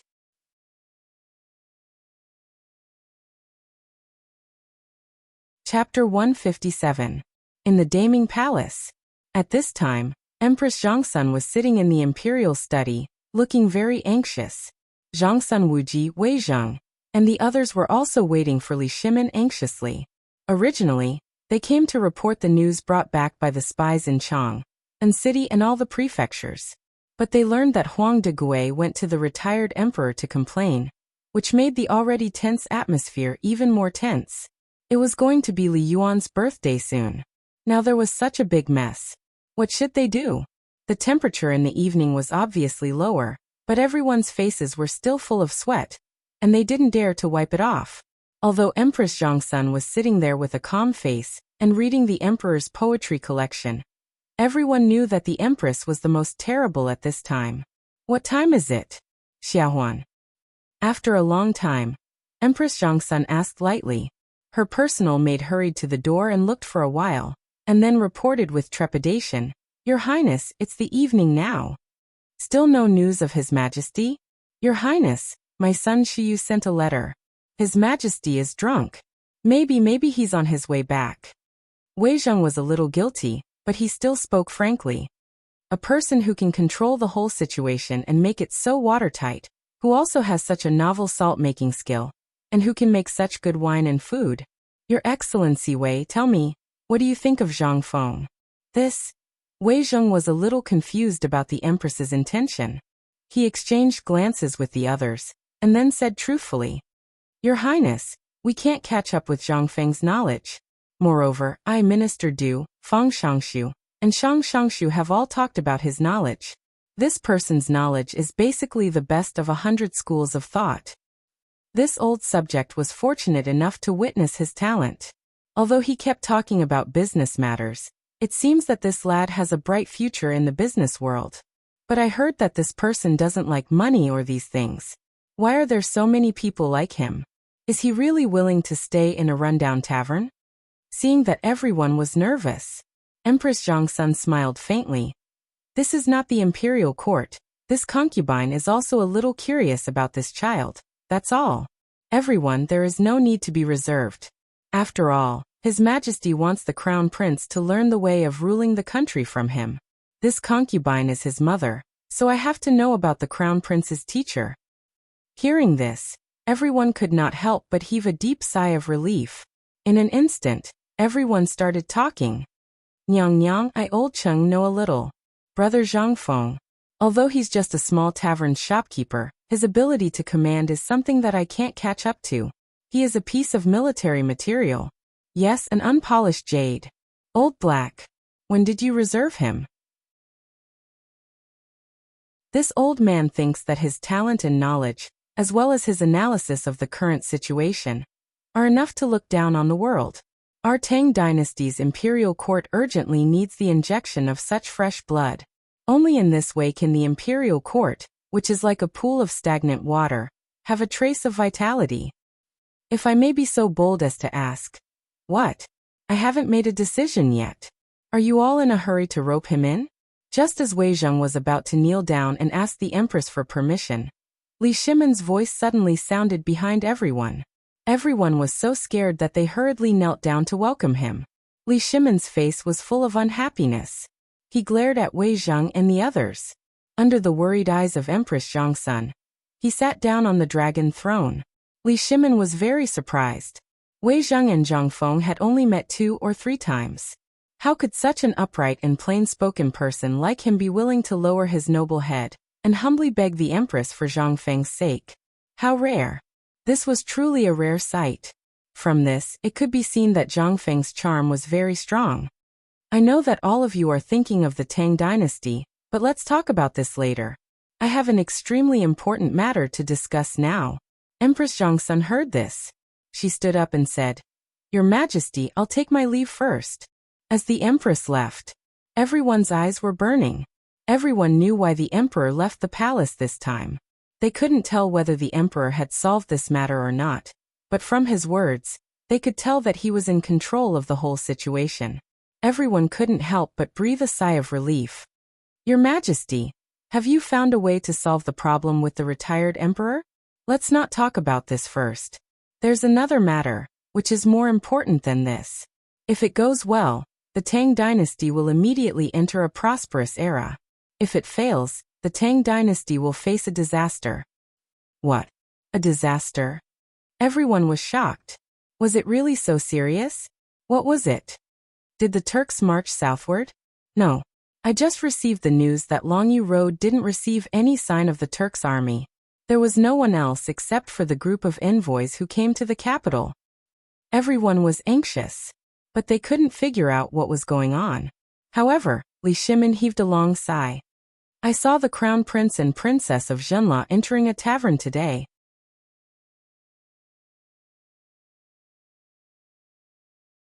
Chapter 158. Zhenla? Isn't that the small country on the border in the south? Your Majesty, the Zhenla diplomatic group is in Honglu Temple today. The envoys from other countries are basically in Honglu Temple, accompanied by Minister Yin Zhen of Honglu Temple. We didn't find the Zhenla diplomatic group going out. No. As Fang Xuanling's voice fell, Du Ruhui's eyes darkened. Today, when this old subject received the imperial order to receive the foreign envoys, I found that they brought many people of the same generation. I heard that they wanted to experience the glory of the Tang dynasty, so this old subject let them out of the palace as usual. The more Du Ruhui spoke, the paler his face became. The tavern was a secret in everyone's heart. It was actually discovered by the Zhenla people, and it was even seen by the Emperor. This was serious. Du Ruhui was ready to punish, but Li Shimin waved his hand indifferently. "This matter is not your responsibility. I was careless. I also didn't expect them to sneak into the tavern, but I found something interesting." Speaking of this, Li Shimin actually smiled slightly. Can you guess how miserable the Crown Prince and Princess of Zhenla were when they came out? Zhang Feng actually robbed them clean. What? Wei Zheng was shocked. If this matter alarmed the Zhenla diplomatic group, the tavern was bound to be exposed. But Li Shimin was still very indifferent. He waved his hand and said, "I was also worried before, but when I finally entered the tavern, I found that this kid actually liked that Princess Zhenla." Everyone was stunned when they heard this. Zhang Feng liked that kind of person? Oh my god! This taste. Cheng Yaojin smacked his lips. "Brother Zhang Feng, you should have said so earlier. If he likes this kind of person, wouldn't it be better if I bought hundreds of huji and sent them to him?" Li Shimin glared at him. "I was also wrong about this matter. Maybe I was thinking too much?" Zhang Feng actually blushed for the first time. Ha ha ha ha. Li Shimin wanted to laugh when he thought of Zhang Feng's embarrassed look. Everyone was even more confused, but they felt that it was awesome. She wondered if she should send some women to Zhang Feng to satisfy his cravings. Li Shimin shook his head. "Let's not talk about this for now. Actually, these are all my guesses. Don't try to use them to make up stories about him. However, I learned of 2 important things today. If he hadn't gotten drunk with Prince Zhenla, and if I hadn't poured him a jar of wine and made him drunk, I wouldn't have known that he knew so much. At that time, when I heard about this, I was so shocked that I broke out in cold sweat." Everyone was even more confused. What kind of major event was this? It actually made the Emperor, who was always calm and collected, break out in a cold sweat? "Your Majesty, are you saying that this matter is related to Zhenla?" Zhang Sun Wuji asked softly. Yes. This matter is indeed related to Zhen La. Brother Zhangfeng had a few ideas. He squeezed out all the valuable items from the crown prince and the princess. When the two of them left, they still kept the calligraphy that Zhangfeng gave them as if they were treasures. I knew that something big was going to happen. Sure enough, Zhangfeng has another big plan. Zhen La is in the sea and is surrounded by water on all sides. There are many waterways and, correspondingly, there are also many aquatic products. Let's not talk about these. These are all trivial matters. Also, he said that the spices in that place were used by the Aboriginals as firewood after some minor adjustments. These are all important points. The important point is, he found a salt mine in Zhenla. Li Shimin briefly said what he knew in one breath. Although everyone was dumbfounded, they were still waiting for the emperor to speak.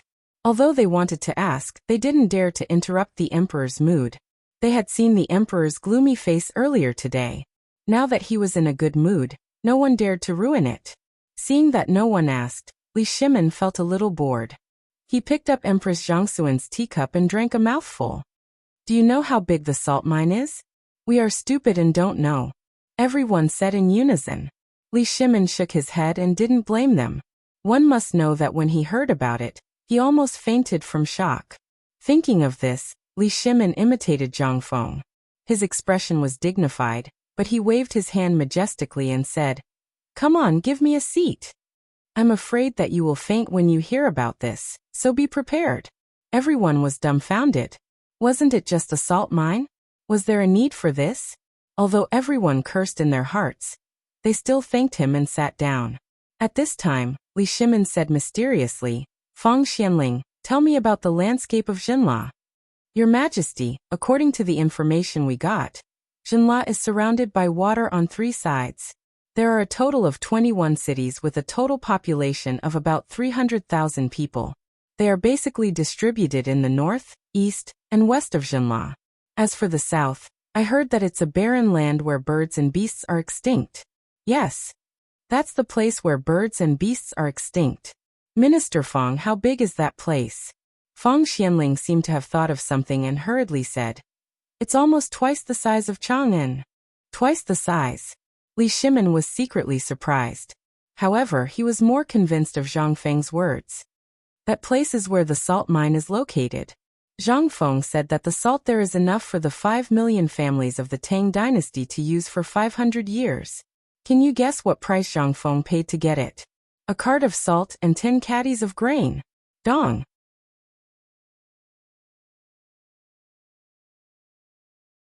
Chapter 159. The sound of people falling to the ground was within Li Shimin's expectation. The white jade tablets in everyone's hands, and even Cheng Yaojin, fell to the ground. As for those who didn't fall, their faces were pale, and their bodies were trembling. 500 years. What was the effect?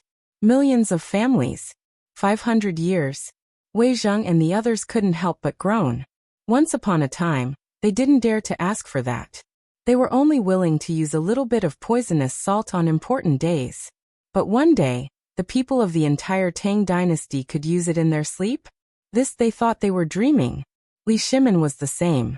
Don't worry about it. When I first learned about this matter, I was also like this. Now you all know that Zhang Feng, you, and I have mastered the art of making salt. What is this? This is the lifeline of the Tang dynasty. We only need to use a little method to get countless things that others think are waste. Then we can refine them a little and make them into non-toxic and harmless fine salt. What do you think of this business? Your Majesty, there is so much salt, and the art of making salt is not a profound secret art. Moreover, it is so far away. If someone is interested, they can find out about it after a little inquiry. What if Zhenla or other countries steal it? What do you think? Wei Zheng asked the doubt in his heart. Li Shimin waved his hand. I also asked about this matter, but Zhang Feng only said one sentence. Spread the wealth. The salt collected can't be used. But the amount of salt we can make is not something that anyone can control. We get the first batch of salt and sell it to other countries. Then we quietly refine the salt and sell it to ourselves. Although there are some differences in the color, after grinding it will be snow white, right? No matter who it is, they won't be able to see the difference. Only we know that it is actually poisonous salt. What do you think of this plan? Li Shimin narrowed his eyes and asked. Vicious. Your Majesty, everyone knows that poisonous salt can't be used. If anyone eats it for more than a year, even a strong man won't be able to lift a stone. Although the refined salt doesn't have that much poison, it's still harmful. If someone were to find out about such a vicious plan, the consequences would be unimaginable. No way. Li Shimin waved his hand confidently. I've asked Zhang Feng about this matter. He said that the first dish of salt is fine. At most, after eating it for 10 or 20 years, one will develop a neck disease. Furthermore, at that time, there will be problems with one's constitution. Everyone was shocked. It would take 10 to 20 years for the problem to be discovered. They didn't dare to think about it. He had also thought things through. With Li Shimin's narration, everyone's eyes couldn't help but light up. It seemed that Li Shimin was getting drunk. Or perhaps he was a little tired. He waved his hand and asked Wei Shuyu to come forward. I'm a little tired. You can ask Wei Shuyu about the details. We'll settle the details tomorrow morning. Tomorrow we'll settle this matter and sign the contract for him. What do you think? Everyone looked at each other, then stood up and respectfully sent off Li Shimin. Then Cheng Yaojin grabbed Wei Shuyu's Mingguang armor and asked, Boy, tell us, what did His Majesty and Zhang Feng talk about? If you don't behave, Lao Tzu will beat you to death. Wei Shuyu cried. She looked at Wei Zheng with pleading eyes. Wei Zheng pretended not to see. He said in a low voice, Old Cheng, let's not scare the child. What if the child is frightened? Lao Tzu will fight it out with you. When Cheng Yaojin heard this, his face immediately turned pale. He withdrew his hand embarrassedly, sat on the stool, and waited with his ears pricked up. With Wei Zheng's protection, Wei Shuyu became bolder. She gave a fist salute and said, Uncles, I followed His Majesty to the small tavern today and eavesdropped a little at the door. Zhang Feng's plan. Under the angry stares of the crowd, Wei Shuyu hurriedly stopped showing off. She shrank her neck and said, He means to use these things to exchange for grain.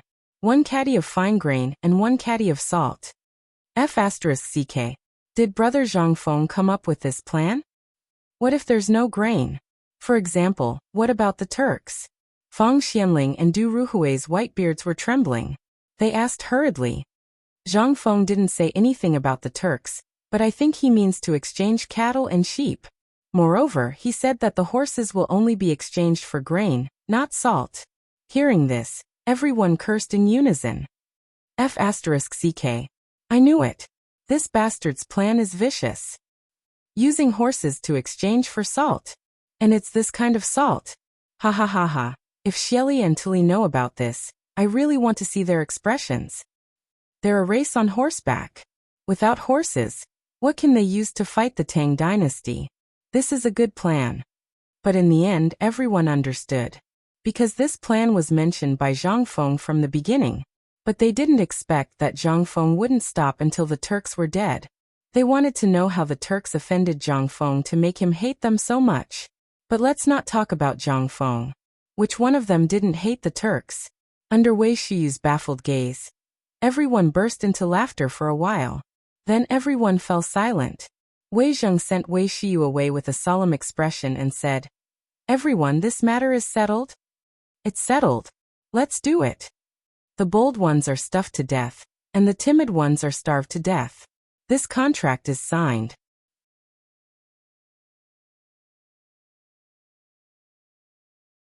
Chapter 160. Zhang Feng was very tired. Really tired. He had slept on the floor of the tavern for the whole night. At this moment, with one hand on the wall and the other on his waist, he slowly lay down on the recliner, and felt a little better. Damn Laoli, don't you know how to put me on the recliner? Looking at the iron wine pot under his waist, Zhang Feng felt a toothache. He would never get drunk again. Damn it, it was too lonely to be alone. Zhang Feng supported his waist with difficulty, dragged the recliner, and slowly opened the door of the tavern. He hung a sign on the door saying that the tavern was temporarily closed. Then he groaned and lay down under the crooked tree, going back to sleep. Lao Li should have used his connections to go to Honglu Temple by now, right? If this matter succeeds, then Lao Tzu's plan will succeed. Wulin, is there a Wulin? Last night, even though he had gotten drunk, he still wanted to drink with her. But the guy on the roof beam, he saw it with his own eyes. He could climb up the roof beam without making a sound, and even point a crossbow at him. It seemed that Lao Li's family was also very deep. Zhang Feng had only seen people with such superb climbing skills on TV and in novels. Wuxia. Could it be that there were also Wulin people in this world? There was also Jianghu? Then he had to think about it carefully. When the time came, would he go to the end of the world with his sword? Or would he give up his power to the world? Just as Zhang Feng was thinking about whether there was a Wulin in this world, and whether he should go to the end of the world with his sword, the sun was already shining on the paper window of Chang'an City. With the sound of 3 gongs, the bustle of Chang, and began. The market is open. The imperial palace. The morning court session ended in a hurry. In Taiji Palace, Li Shimin hurriedly summoned Wei Zheng and the others. How did the discussion last night go? Do you think this contract can be signed? As Li Shimin's voice fell, everyone in the hall couldn't wait to talk about it. Your Majesty, let me tell you. As for this matter, we need to endure it with Zhenla. At the very least, we have to wait until they can't wait any longer. No. Old man Fang, this matter can't be delayed any longer. If this drags on, everything will be over. The retired emperor's birthday is coming soon.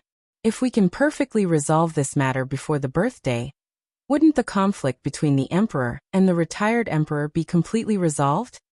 That's inappropriate. Feng Xianling waved his hand. He cupped his hands and said, Your Majesty, I thought about it last night and felt that there is something missing in this matter. We still haven't received confirmation from Tubo.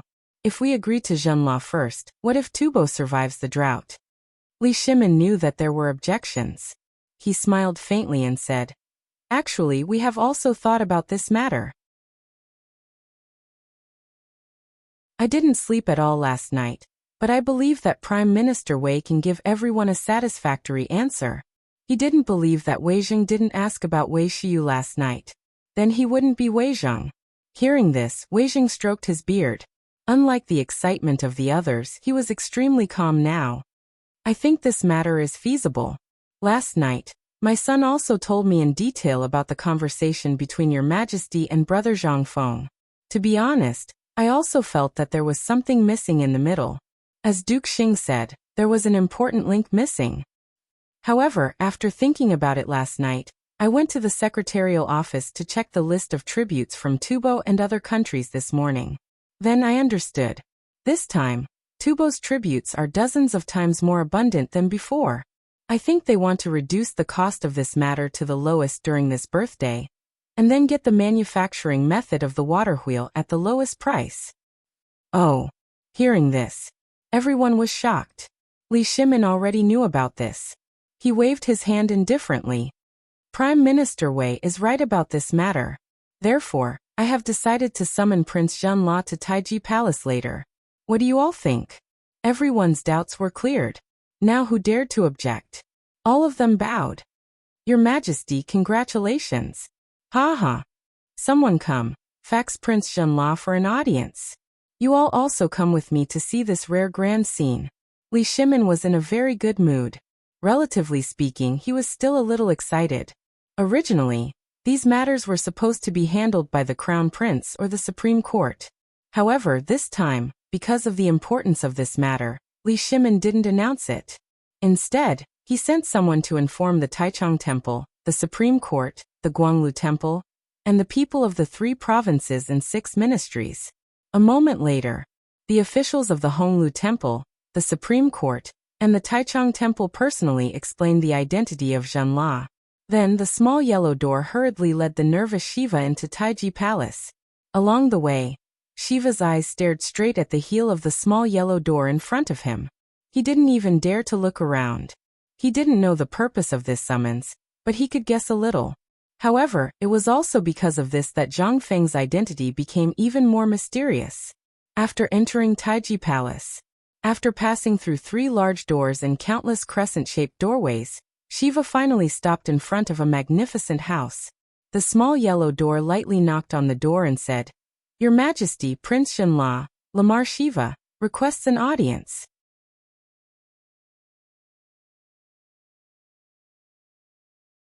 Chapter 161. In the Imperial Study of Taiji Palace. How mysterious was it to Shiva and the entire Jinla before. But now, he was about to enter this palace. At this time, Shiva was a little nervous. Very nervous. His palms couldn't help sweating. The door was finally opened from the inside. Shiva slowly walked into the hall with a nervous heart that felt like it was going to jump out of his chest. The hall was not big, but it was no less luxurious than the palace of Jinla. There was at least one imperial study here, which was the study of the Tang emperors. If this place was already so magnificent, what would the hall be like? Shiva couldn't help but quietly raise his head and quickly glance at the hall. The hall was made of mahogany and gold-rimmed phoebe. The room was full of calligraphy and paintings that he couldn't understand. Presumably, these were all extremely precious paintings of the Tang dynasty. There were 5 officials sitting on both sides of the hall. Behind a table covered in yellow brocade, sat a middle-aged man in yellow robes. He was looking at Shiva with a dignified expression. The moment Shiva glanced at him, he felt as if he had been seen through by that person. Was this the emperor of the Tang dynasty? This momentum. There was no time to think. Shiva entered the door and hurriedly kowtowed.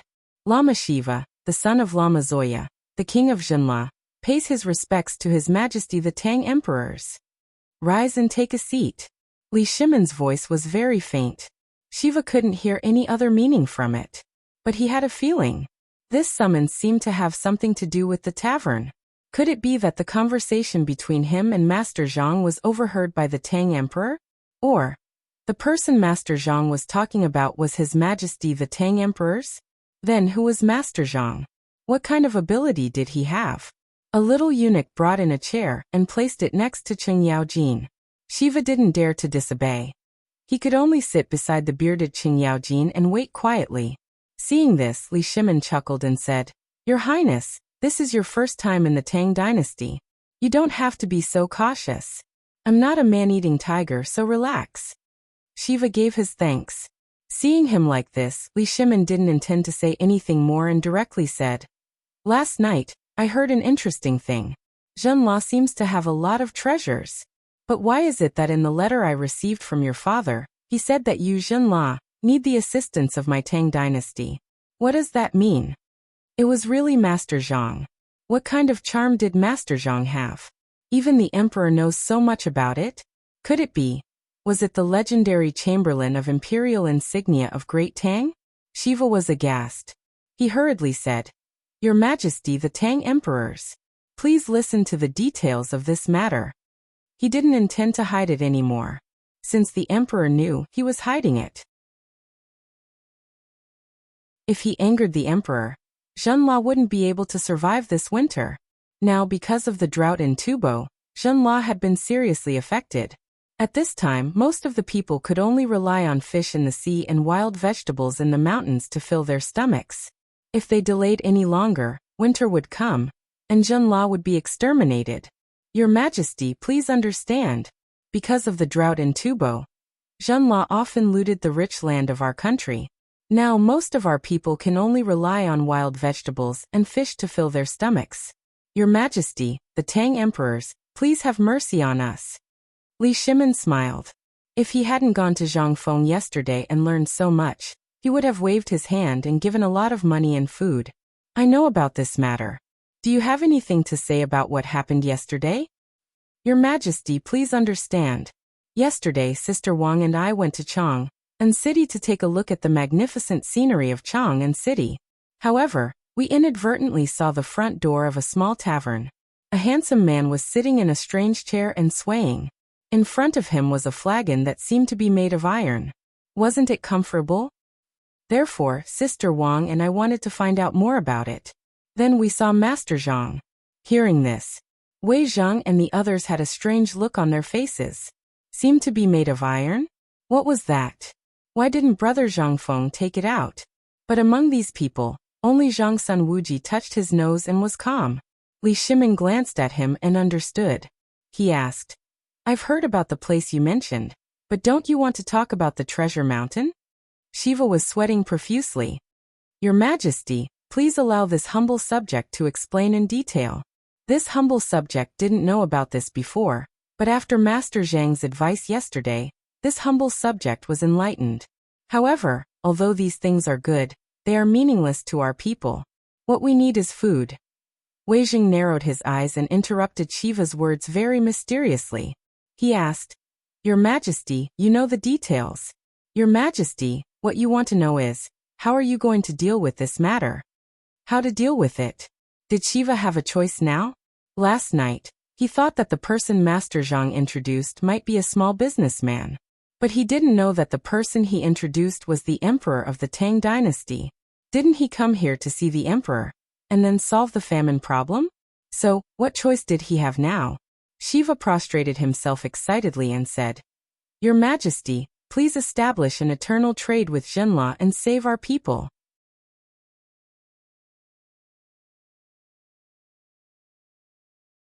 Chapter 162. What else could Shiva ask for? Last night, because of this matter, he didn't sleep at all. He discussed with Jinla's delegation for the whole night, but in the end, they all hesitated. Because if it was an ordinary businessman, how could he have such a great method to solve the crisis in such a short time? And to ensure Jinla's safety? But now he only wanted to give everything that Master Zhang said yesterday to the Tang dynasty.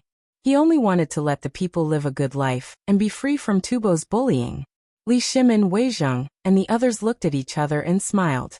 It seemed that Brother Zhang Feng had arranged everything well. Li Shimin couldn't help but wave his hand and say, "This matter, just do as you and Brother Zhang Feng said. Someone will discuss the details with you later, but I want a guarantee. Can you make the decision?" He was most afraid of being deceived. He wasn't afraid of Zhang Feng, but he was afraid that a little crown prince would make a decision on his own. If King Jinla didn't recognize the document of the Tang dynasty when he returned, it would be a little troublesome. Although it was easy to send troops to attack, it would lose Li Shimin's dignity as an emperor. That was why Li Shimin asked. Shiva hurriedly swore, "Your Majesty, please rest assured. The goods you mentioned are useless if they can't be sold. Since His Majesty likes them, I believe that my father will definitely agree to this. Furthermore, before I came here, Father warned me that I must meet His Majesty and save Jinla. However, those stubborn rocks are everywhere in Jinla, especially the poisonous salt. That is something that has caused my Jinla a headache for a long time. Now that the Tang dynasty needs it, how can I refuse? In that case, when the retired emperor's birthday is over, you can go back and bring back King Jinla's handwritten document. Then I'll agree to this matter." Li Shimin waved his hand. This matter was finally settled. Although it was a bit of bullying, it could make money. What he lacked most now was money, although it was a little vulgar. However, money was needed everywhere in the Tang dynasty, and he was already struggling to make ends meet. If it weren't for the fact that he sold the water wheel blueprint for a little bit of money, it would still be a huge expense. Just as Li Shimin was about to leave, Shiwa hurriedly said, "Your Majesty, I believe that there is no need to wait until the end of the birthday celebration.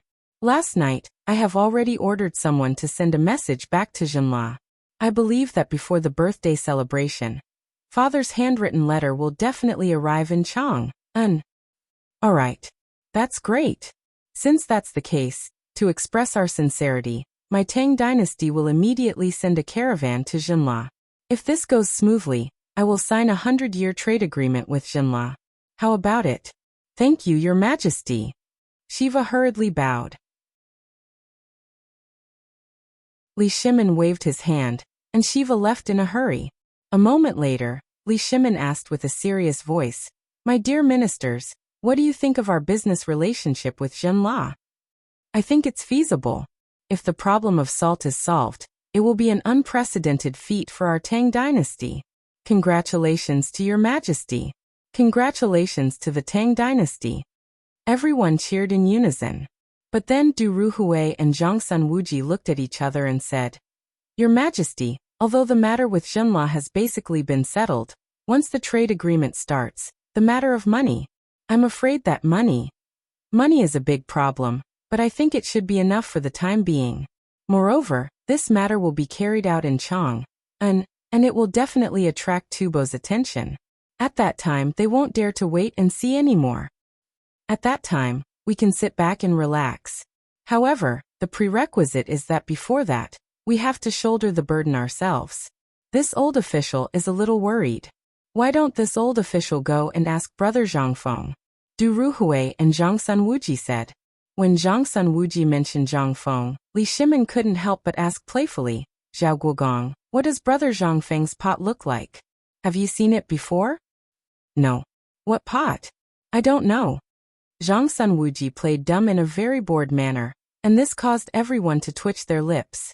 They wondered if they should go to Zhang Feng's tavern next time to find a treasure. After everyone left, Empress Zhangsun came out from the back door of the screen. She looked at Li Shimin and asked worriedly, Second brother, isn't this a little inappropriate? Although I don't know much about state affairs, this matter is still unknown. Is it really as magical as Zhang Feng said? Are you so sure? Guanyin maid, do you think I still have a way out? Now money is needed everywhere in the Tang dynasty, whether it's the military expenses at the border or other aspects. This salt is extraordinary. If I don't have it in my hands, I won't be at ease. What's more, Zhenla has a huge amount of salt. Haven't I mastered the art of making salt now? Then think about it. After this year and next year, the Tang dynasty will really enter an era that I dare not imagine. Isn't this what we want? Isn't this what all the people in the world want? Empress Zhangsun didn't say anything. Looking at Li Shimin's back, which was no longer tall and straight, she felt sad and couldn't help crying. Second brother, I understand.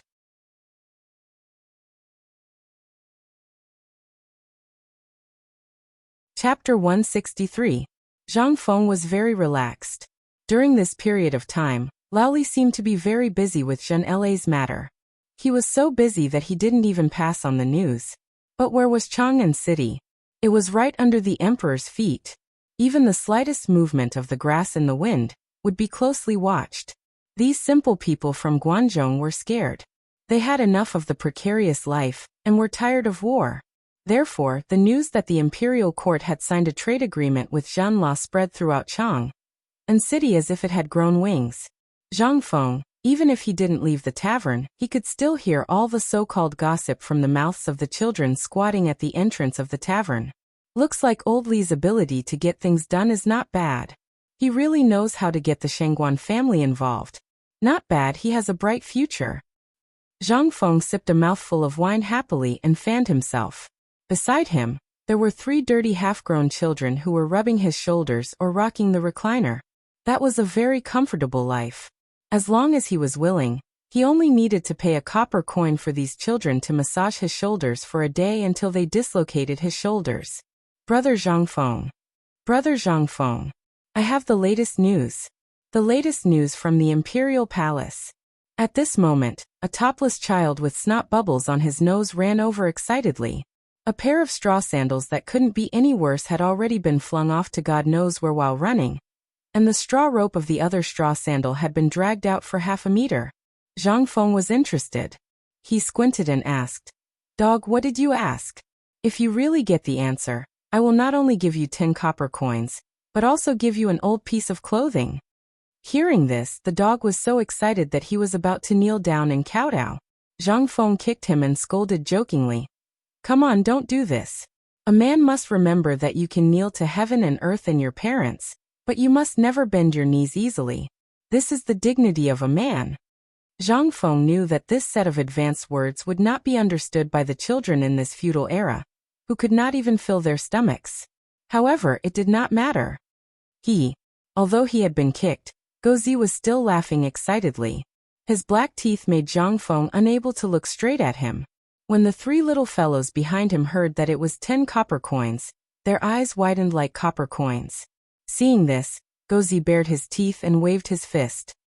Brother Zhang Feng, I just heard from the eunuch who was washing the toilet in the pure fragrance workshop that someone from Zhen La's side came here yesterday. I heard that it was King Zhenla who personally came to the Tang dynasty to sign a contract. I heard from His Majesty that our good days are coming, Gozi said excitedly. It was as if they were looking at the beautiful scenery of a golden age. Hearing this, Zhang Feng nodded.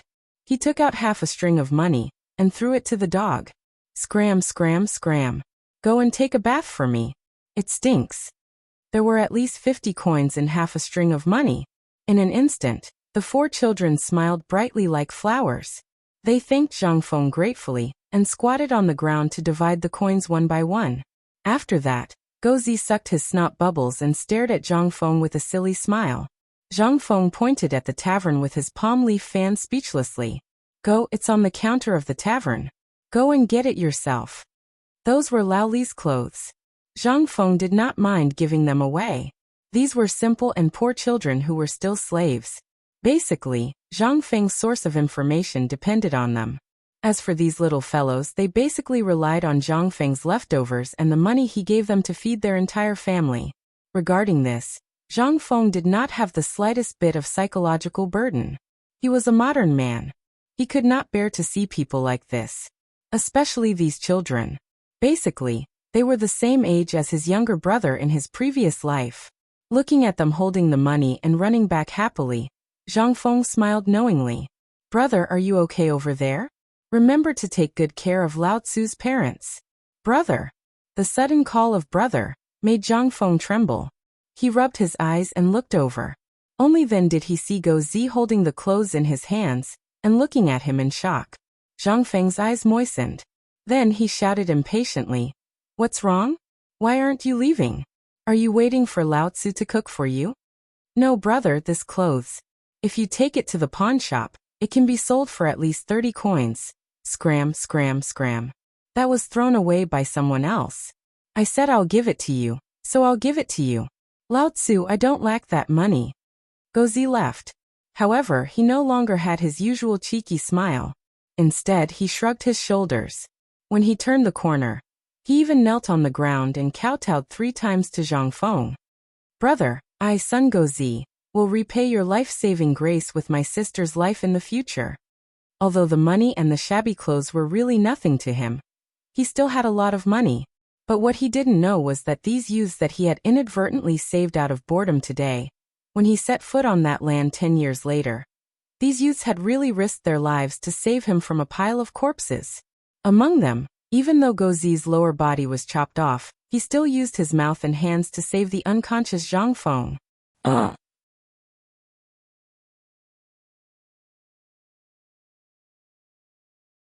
Chapter 164. The small tavern was still as lonely as it was in the beginning. Rich people looked down on such a vulgar and dilapidated place, and poor people could not enter. On the contrary, the entrance of Zhang Feng's shop became a paradise for wild children. When they had nothing to do, these children would gather beside Zhang Feng and listen to his stories. They knew that Zhang Feng loved cleanliness, and it was summer now. Before these children came, they would go to the river outside the city to wash themselves clean before coming. They even wanted to peel off the layer of skin on their bodies. Sometimes, when they caught some snakes in the wild, some wild game, or even a big turtle by the river, Zhang Feng would make a pot of tempting delicacies as if he was performing magic. And they would be able to get a delicious meal and a few copper coins. Sometimes, when Zhang Feng was happy, he would even reward them with an ingot of silver. Everyone did not fight for it, and just sat on the ground to share the spoils. The people of the Tang dynasty were also strange. Zhang Feng felt that it was very strange. Even if one of them caught a longworm, snake, in a large group of people, if you gave him money, he would share it equally with his friends. This kind of spirit made Zhang Feng very touched. Sometimes, when there was no information that Zhang Feng needed for a day, they would climb up the treetops or squat at the city gate. They would stare at the city gate with their eyes wide open to see if there were any high-ranking officials, nobles, or prostitutes. The bearded man came. Sometimes, when there was no information at all, these children would even squat in the corner and cry. Perhaps this was a kind of spirit. It was a spirit that modern society had forgotten. However, Zhang Feng did not care. No amount of gold could buy his happiness. Anyway, he was not worried about making money. With the money that Lao Li and the others gave him, plus the money that he robbed Prince Junla last time, even if he spent it in 8 lifetimes, he would not be able to spend it all. Therefore, he was also very generous. Business? Business? My ass. If it were not for Lao Li and the others, Lao Tzu would have closed the door and slept. Even if someone came because of his reputation, there was only one word: get lost. Lao Tzu did not serve him. However, for this group of children, now Zhang Feng was more like the king of children. These children surrounded Zhang Feng and relied on him for food. Zhang Feng knew this, but he didn't care. If he could help one person, he would help one person. It was too boring. Most importantly, it was too boring. Brother. Big brother Zhang Feng.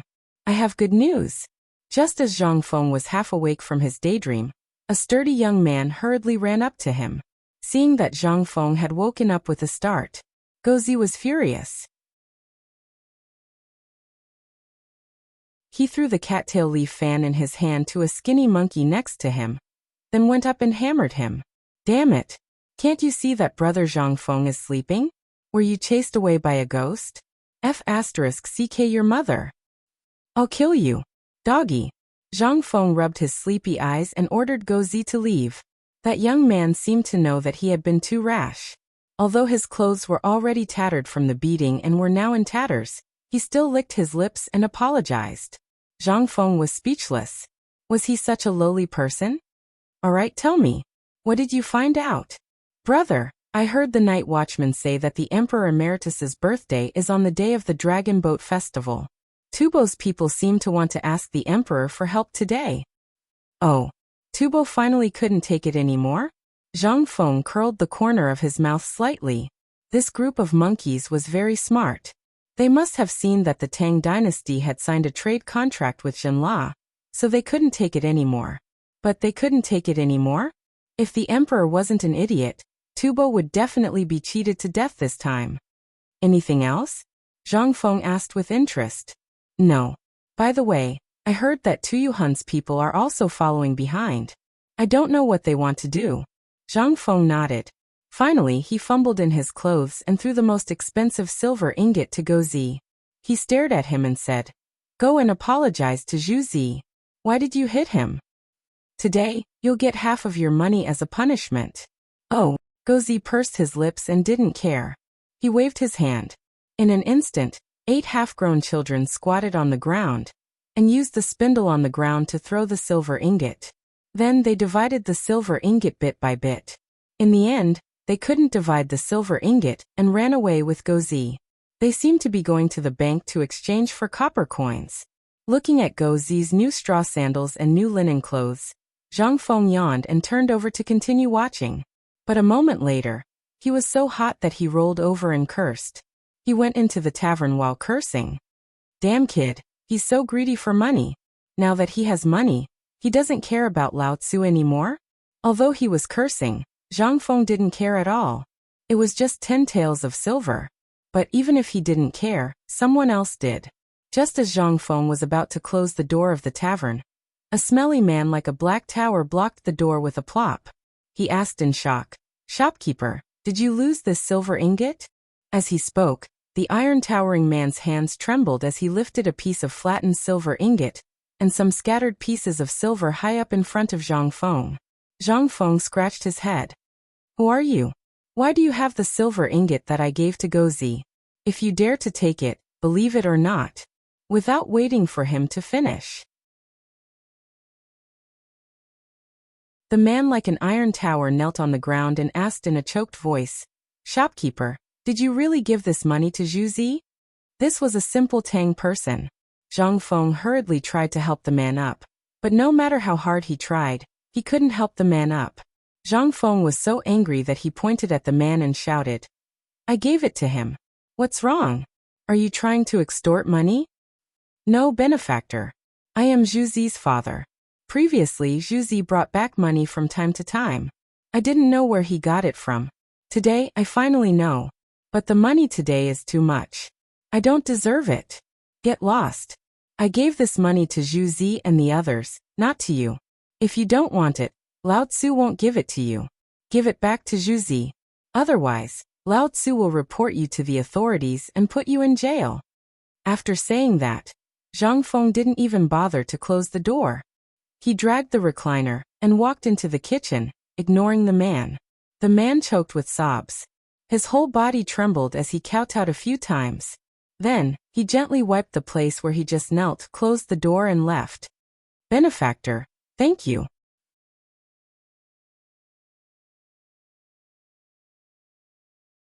Chapter 165. The man left. Zhang Feng didn't have much psychological burden. It was still the same sentence. This was a business deal. He thought it was worth it, and he would give as much money as he wanted. He never cared about money. This thing, he couldn't bring it with him when he was born, nor could he bring it with him when he died. If he didn't use it, what should he do? Throw it away? He wasn't stupid. Moreover, he knew that Zhu Zi's father was a man with a hard life.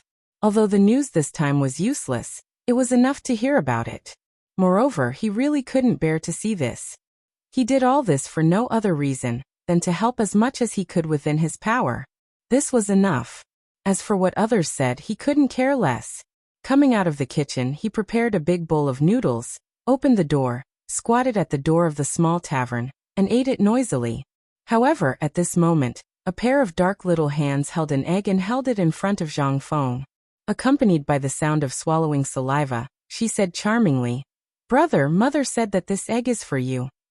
Zhang Feng was dumbfounded. He raised his head, sucked the noodles into his mouth and looked carefully. An 8-year-old little girl wearing tattered clothes, and even some clothes that didn't cover her body, was looking at him timidly.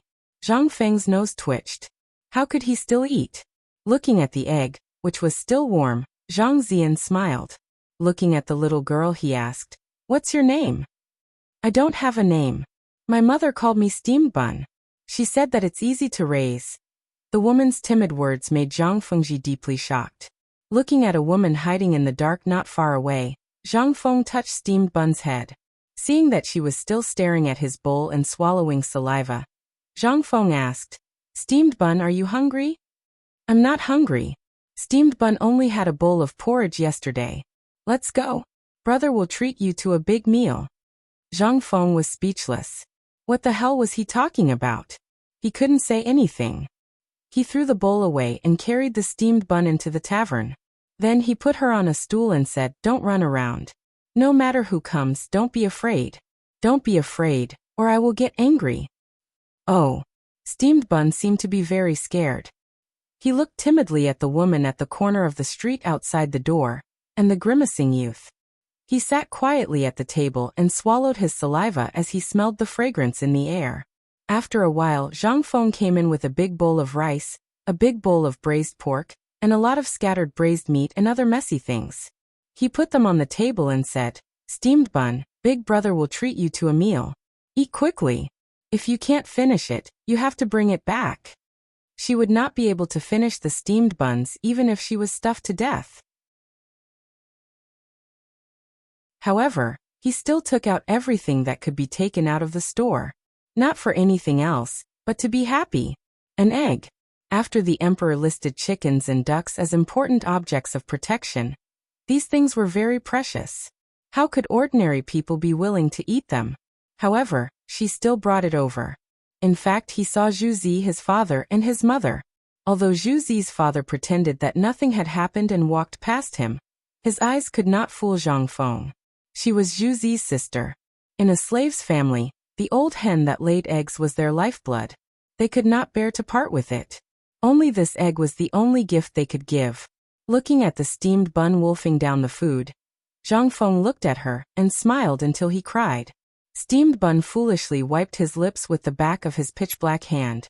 He took out the egg from his pocket and handed it to Zhang Feng. "Big Brother, you eat too. Big Brother is not hungry. Didn't you see that Big Brother just ate a big bowl? His stomach is so full that it flipped over." As he spoke, Steamed Bun forced the egg into Zhang Feng's hand. "Big Brother, eat it tonight. Or eat it during the New Year. Steamed Bun has never eaten this before. I heard that this is very delicious. Okay, Big Brother will keep it for the New Year." Steamed Bun ate very quickly. Zhang Feng looked at steamed bun carefully. The hand holding the egg was so hot that it was trembling. He had been at a loss before. But today he knew what he had to do. He had to set up a cooperative. If Lao Li did not come tomorrow, Lao Tzu would beat the drum and look for him all over the city. Damn it, no one could stop Lao Tzu from setting up the cooperative this time. Even if the emperor came, Lao Tzu would not be able to get it out. Zhang Feng was excited. He had mentioned the cooperative before. It seemed that Zhang Sun Wuji was very concerned about it. Even the emperor was very concerned about it. However, for some reason, there had been no movement. Perhaps it was preparing for Zhenla and the Emperor Emeritus Christmas? But Zhang Feng could not wait any longer. There were so many people hungry now. He could not bear it. He had to set up a cooperative. Otherwise, with the current economic situation of the Tang dynasty, even if the Yu8 Zhenla opened up a mutual exchange, it would be useless. No money. And in this way, would Tubo be a vegetarian? If you don't have money, others will take care of it for you. How would you make any money? Not only that, all the plans he had made before would be ruined. A single egg suddenly made Zhang Feng feel that something was wrong. Steamed bun ate very quickly. As if she was afraid that she would disturb Zhang Feng by smacking her lips. She basically swallowed when eating. Her small face was red. Zhang Feng smiled and rubbed steamed bun's head. He watched her burp and put down the small bowl. Zhang Feng put down a full bowl of rice and a bowl of vegetables and roared, "Zhuzi, get over here."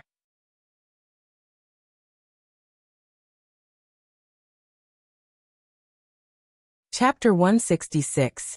Zhuzi heard this. He couldn't stand it anymore. Looking at his sister eating the meat bite by bite, he was greedy. His saliva was like water in a smelly ditch, flowing all over the floor. Seeing Zhang Feng shouting, he hurriedly ran to the door of the restaurant, but he refused to enter. "Brother Zhang Feng, hey. Hey your ass. Come, bring the food back for your sister. This food is rotten, it's useless." Zhuzi was stunned. Looking at the table full of delicious food, he stopped drooling. He thought that Zhang Feng was angry. He was about to scold his sister. "Steamed bun. See how I'll deal with you when we get back. I only asked you to send an egg. How did you provoke brother Zhang Feng? Shut up. If you dare to talk, Lao Tzu will beat you to death." Zhang Feng scolded impatiently. "Steamed bun is my sister now. If you dare to bully her, I'll break your leg. Take the food and go. Lao Tzu wants to take a nap." How could Zhuzi not know Zhang Feng's temper? He had a sharp tongue but a soft heart. Once he decided on something, he wouldn't change it even if he died. Hearing Zhang Feng's words, Zhuzi's parents, who were eavesdropping outside the door, hurriedly knelt in front of the restaurant and cried in grief. "Shopkeeper, we are your..." All right, get up, don't kneel. Lao Tzu isn't dead yet. I'm sleepy, let's go.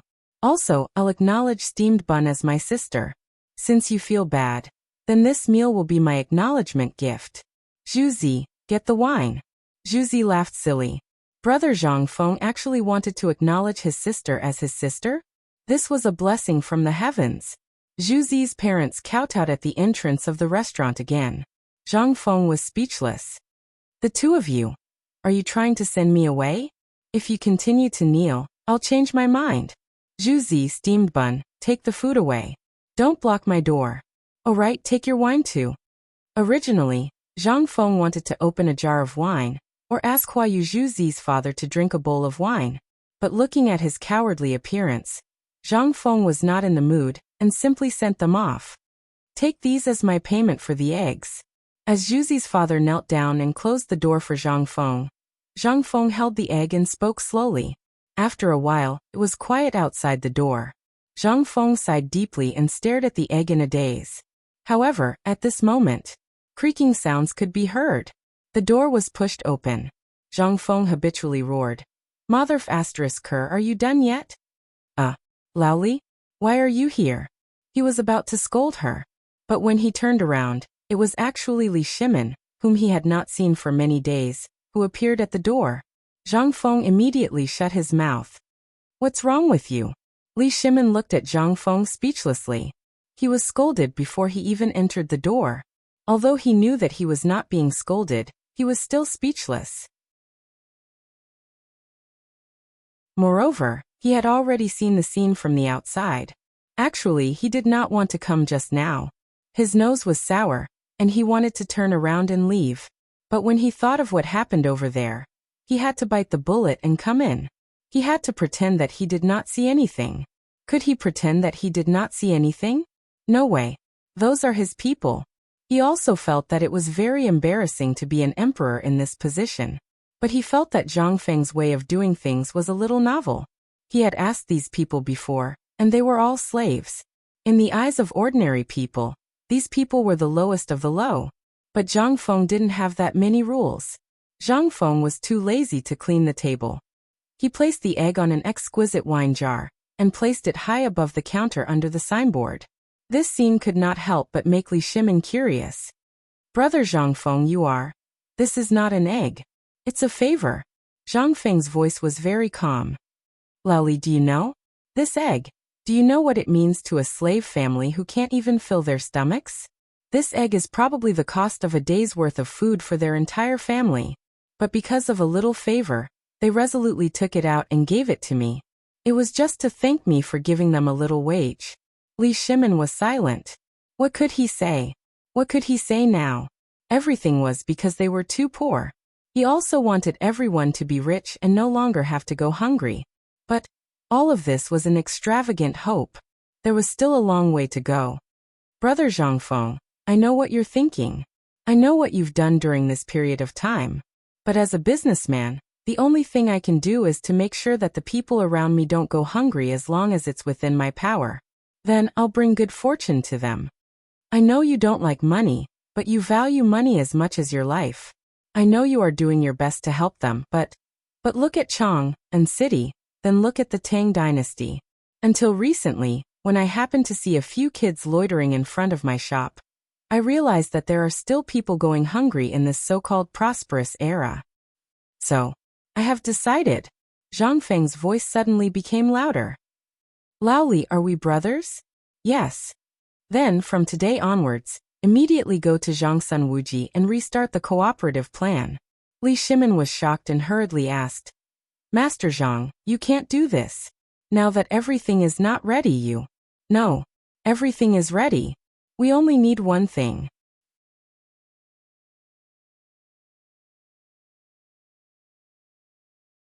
Chapter 167. Li Shimin was silent. Before he came, in these few days, the trade between the Tang dynasty and Jinla had already begun. After King Jinla received the news, he rushed from Jinla to Chang and city in 6 days and signed a 100-year contract with him. Although Li Shimin wanted to sign the contract for a few 100 years in one go. However, he also knew that King Jinla was an old fox. If he spoke too harshly, it would make him suspicious. Therefore, he was only willing to sign a 50-year contract at first. However, King Jinla pestered him and finally settled on a 100-year contract. Just like that. The Ministry of Works did a detailed calculation on the list of goods brought by King Jinla this time. King Jinla had completely gone crazy. Or perhaps he was afraid of starvation.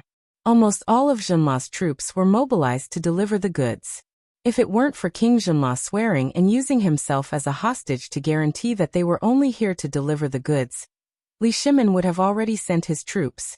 And it was precisely because of King Jinla's madness. Li Shimin felt the pressure. The people from the Ministry of Works calculated for 2 days and 2 nights. The final amount was as high as 50 million taels of gold. This put Li Shimin in a difficult position. Now he was so poor that he even had to scrimp when he could. He thought that he could struggle for a while with the 40 million taels of gold, but now, he was dumbfounded. He didn't even have enough money for the first batch of goods. If he didn't think of a way quickly, when people came and asked for money, he would be embarrassed. Not only would it be embarrassing, but King Jinla might also do something stupid in his anger. Money. When it was time to use it, he regretted not having enough. Fortunately, King Jinla wanted food, but Li Shimin also knew that there would be a locust plague next year. How could he be willing to give?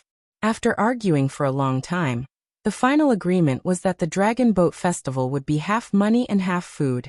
However, Even so, Li Shimon's Dragon Boat Festival would not be peaceful. Seeing that his father's birthday was about to be celebrated, he encountered this problem again. He originally wanted to resolve the conflict during his father's birthday and use this matter to make his father happy. Now, it was already a blessing from the heavens that the old man was not sent away. In the end, Li Shimon avoided Tubo and Tuyuhan's requests to see him and quietly left the palace to seek advice from Zhang Feng. But looking at it now, what kind of idea was this? Brother Zhang Feng, I know how you feel right now, but calm down first. Calm. I'm very calm. I've never been so calm. Zhang Feng was angry. Did this guy think that he was being impulsive? With a wave of his hand, he interrupted Li Shimon's nagging and said, Loudly, believe it or not, I know why you came to see me today. Believe it or not. I don't believe it. Li Shimon shook his head like a rattledrum. Fine. I knew you wouldn't believe it. Zhang Feng rolled up his sleeves and said, Actually, I do know why you're here. You're here because of Jinla's matter, right? And I also know that Jinla was anxious this time. For the first time, he gave you something that you couldn't eat, right? You don't have enough money. How did you know? Li Shimon's eyes were as wide as copper coins. Asked. He had never mentioned this matter before. Zhang Feng smiled mysteriously. How did I know? I know everything. Do you believe it or not? I don't believe it. Li Shimon curled his lips. Previously, he really believed that Zhang Feng had guessed it, but now he knew that this guy was definitely guessing. Otherwise, how could he know what happened in the palace when he was in the tavern? Zhang Feng's mood recovered at this time. He took a jar of the strongest wine from the counter, took out 2 big bowls, filled them, and handed them to Li Shimon, saying, This matter has spread like wildfire in Chang'an City, and I was the one who instigated this matter. How could I not know? Let me tell you. King Jinla came to see the emperor this time, right? Don't say that Zhang Sun Wuji didn't inform you about this matter. Did King Jinla go crazy and use the power of the whole country to bring all the people who could sell it? Li Shimon was stunned. How did you know? Hey, this is habitual thinking. Think about it. If you were afraid of being poor, and suddenly someone said that the place where you sleep is full of treasures, wouldn't you want to tear down that piece of land and sell it to that person? It seems that this is the truth. Li Shimon's face slowly became dignified at this time. Everything was exactly as Zhang Feng said. Brother Zhang Feng, to tell you the truth, I also have a deal with Jinla, but this guy wants to sell Jinla to me. I don't have enough money now, and the contract has been signed. If I go back on my word, I'm afraid that I'll do something desperate. Li Shimon stopped pretending. He hurriedly asked, What should we do now? If this matter is messed up, King Jinla will say it to the emperor, and I will be completely finished. Zhang Feng looked at Li Shimon with some contempt. Now you know how to be anxious? What were you doing earlier? Don't you know that haste makes waste? It's not that I'm anxious. It's that bastard King Jinla who cheated. Otherwise, who would know that he brought all the things he could sell? This time I'm in big trouble. King Jinla wants to show off his power to the Tang dynasty. No. There's still hope. Zhang Feng smiled faintly. He pointed to the wine bowl. As long as you finish this bowl of wine, I'll tell you the way. Li Shimon glanced at the big bowl and smelled the pungent smell of wine. Before he drank it, his eyes were stung by the smell of wine. His eyelids couldn't help but twitch. This guy wanted to take revenge. That night, was it not enough that I personally put on clothes for him and made his bed for him? In this world, even the empress didn't have such treatment. However, Li Shimon couldn't say it out loud. He said faintly, Don't think that I don't know. You said it was a cooperative, didn't you? As soon as I came in, you wanted to trick me into drinking and get me drunk, right?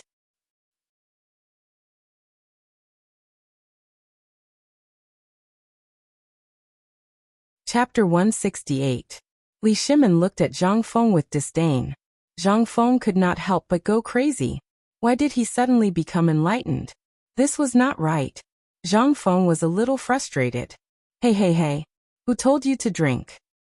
I see that you are addicted to alcohol every time you come, so I let you drink a little to relieve the heat. Why are you treating my good intentions as ill intent? How could Li Shimin believe him? He saw everything that Zhang Feng did just now. How could he not know what Zhang Feng was thinking? He was purely looking for someone to vent his anger on. As the ruler of a country, how could he not see through this? Forget it. I know you are upset, but don't be like this, okay? Come, I am also in a bad mood. Let's drink together. All right, I will give you face and drink a bowl. Let's make it clear that this wine is on you. Lao Tzu has no money. Zhang Feng mumbled. He picked up the bowl of wine and took a big gulp.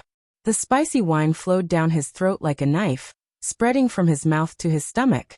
The burning sensation made Zhang Feng and Li Shimin's cheeks instantly red like blood. Ha, good wine. Li Shimin patted the wine jar, his eyes flickering. This wine, when I drank it before, it was like water. Why is it so strong this time? Zhang Feng curled his lips. How could it not be strong? This was unblended raw wine. Drinking too much of it would kill him. He was also feeling depressed and wanted to find someone to vent his frustrations on. However, this time, Old Li was too cunning.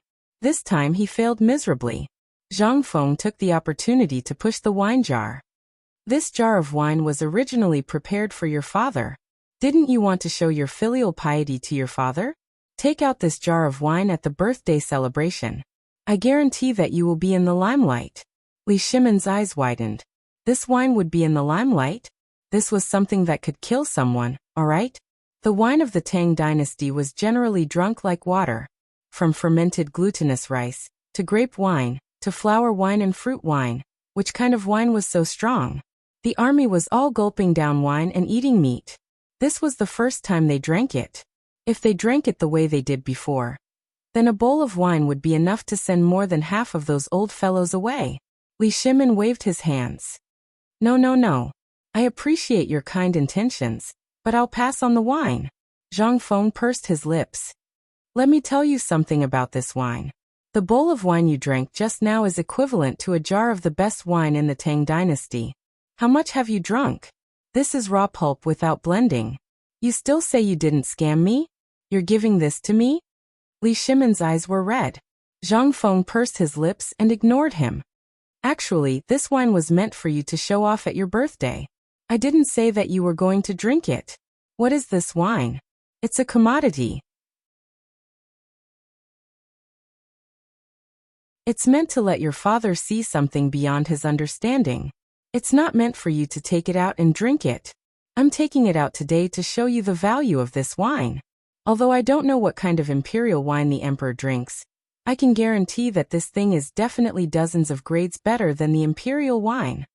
I was going to give you a dozen jars, enough for you to show off, but since you don't want it, I'll keep it for myself.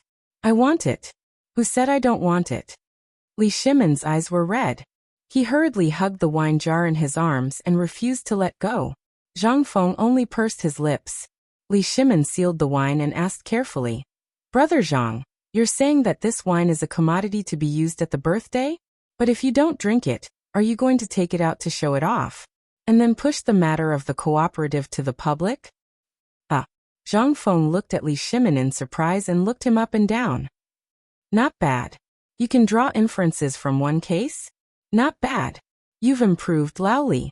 Although Li Shimin didn't know what he meant by drawing inferences from one case, he still enjoyed Zhang Feng's praise, although he felt a little uncomfortable. Li Shimin saw that Zhang Feng didn't speak, so he hurriedly asked, By the way, Brother Zhang, tell me about it.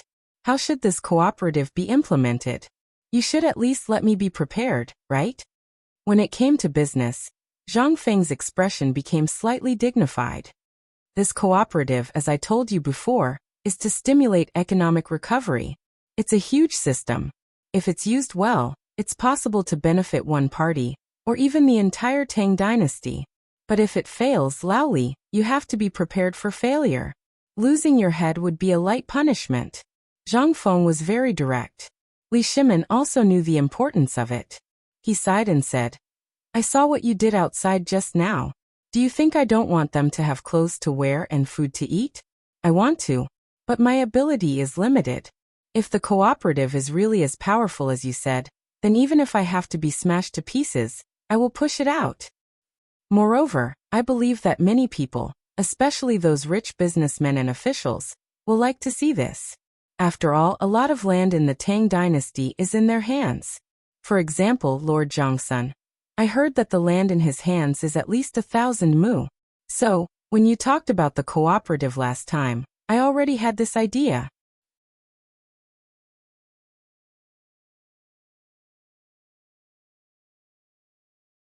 Chapter 169. The economy of the Tang dynasty was basically in the hands of the government, which caused many people to have no land to farm, thus creating such a vicious cycle. Li Shimin also wanted to change, but such a reform was easier said than done. The Tang dynasty was poor. What reward could he give to the meritorious officials? Other than land, what else could he give? Nothing. He suddenly realized that he, Li Shimin, was a pauper, penniless. Last time, when Zhang Feng mentioned the cooperative, Li Shimin could not help but see a glimmer of hope. However, he considered many factors, including the Tubo Tuyuhun incident and the Zhenla incident, so he had to suppress it. But now, it had reached the point where he had no choice but to reveal it. He had no money. Li Shimin was poor. Now, after paying the money to Zhenla, he had no money at all. How terrible was this for an empire? Sigh. Lao Li, don't be so pessimistic. I know what you're thinking, but if the emperor doesn't say anything, no matter how good you and I are, we can't shake this dragon. Cooperative? Now you know why I asked you to cooperate with Lord Zhongsun, right? Without the support of the government, do you think a businessman like you dares to do such a thing? Your head will be chopped off in minutes. Li Shimin was silent. The status of a businessman was very low. When they met the government, they had to greet them, or they would be beaten. Not to mention such a big move. If it were a normal businessman who would dare to do such a thing, they would have been king in prison to enjoy their lives. This was the status of a businessman. At this time, he also understood why Zhang Feng kept urging him to cooperate with the government. He would rather ask for less money and profits. Even if he withdrew his investment at the right time, he would still contact the government. If you don't have any connections with the government, what do you want to do? You're just daydreaming. Thinking of this, Li Shimin asked, Brother Zhang Feng, what do you think the emperor will do? What will he do? Zhang Feng stroked his chin. Originally, we didn't dare to talk about this matter. This is something that could cost us our lives. You'd better tell your men to keep their mouths shut. I don't want to lose my head. Li Shimin raised his eyebrows. He nodded. He knew that Zhang Feng was talking about Wei Shuyu. This brat, I'll transfer him away from my side some other day, this troublemaker. Don't worry. Those who can come out with me are all my children and nephews. You can rest assured. Hearing this, Zhang Feng lowered his voice and said to Li Shimin, Actually, this is nothing. I believe that if King Zhenla is not a fool, he will definitely make the Tang dynasty suffer this time. Why? I heard that the emperor has already resolved this matter. It doesn't seem to be as difficult as you said, right? Not that difficult. Zhang Feng smiled. Let me tell you. I reckon that the emperor's treasury has long run out of money. Think about it. How many years has it been since the Tang dynasty was founded? How can there be any money left after years of war? This time, I reckon that the current emperor is also holding on, right? After today, I believe that King Zhenla will make a big move, and Tubo will also make a big move. Li Shimin was shocked. How can Tubo make trouble? Did you see something? Zhang Feng smiled and did not answer him. Instead, he continued. TSK, Zhenla is such a fat piece of meat. Who wouldn't covet it? Besides, Zhenla and Tubo are only separated by a wall. How can he not know about Zhenla's big move? And Zhenla might also know, so this time he directly emptied the Tang dynasty to raise some funds for Zhenla. Moreover, Zhenla has another plan. As Zhang Feng spoke, his eyes could not help but narrow. Li Shimin was really anxious. If he had known, he would have met Tubo's envoy early this morning. But it was too late now. Brother Zhang, you are Lao Li's brother. Just tell me, how should we deal with this matter? Why are you so anxious? Zhang Feng looked at Li Shimin doubtfully and said, The emperor is not in a hurry. You are just a commoner. Why are you in a hurry? How could he not be anxious? How could Li Shimin not be anxious? He was standing next to Zhang Feng. Now he wished he could pull this bastard's ear and tell him that he was Li Shimin. Just tell me. If something goes wrong, I'll use all my belongings on Jinla. If something goes wrong, I'll die. Okay. Since you're in such a hurry, I'll tell you about it. But you have to promise me that you won't tell anyone about this. This is really a state secret. For this matter, we have to start from the drought in Tubo. The drought in Tubo is far more serious than you think. In addition to the incident with the water wheel, I believe that Tubo is in chaos now. The only reason it hasn't exploded yet is because he's deliberately suppressing it. Are you saying that Tubo and Tuyuhan are biding their time to see what the Tang dynasty will do next? Li Shimin narrowed his eyes slightly and suppressed the wisdom in his eyes. Yes. Tubo came to the Tang dynasty this time because he really wanted to ask for help from the Tang dynasty. Think about it. What do you think a hungry dog will do when it sees its owner throwing a fat piece of meat to another dog? He will rob Jinla?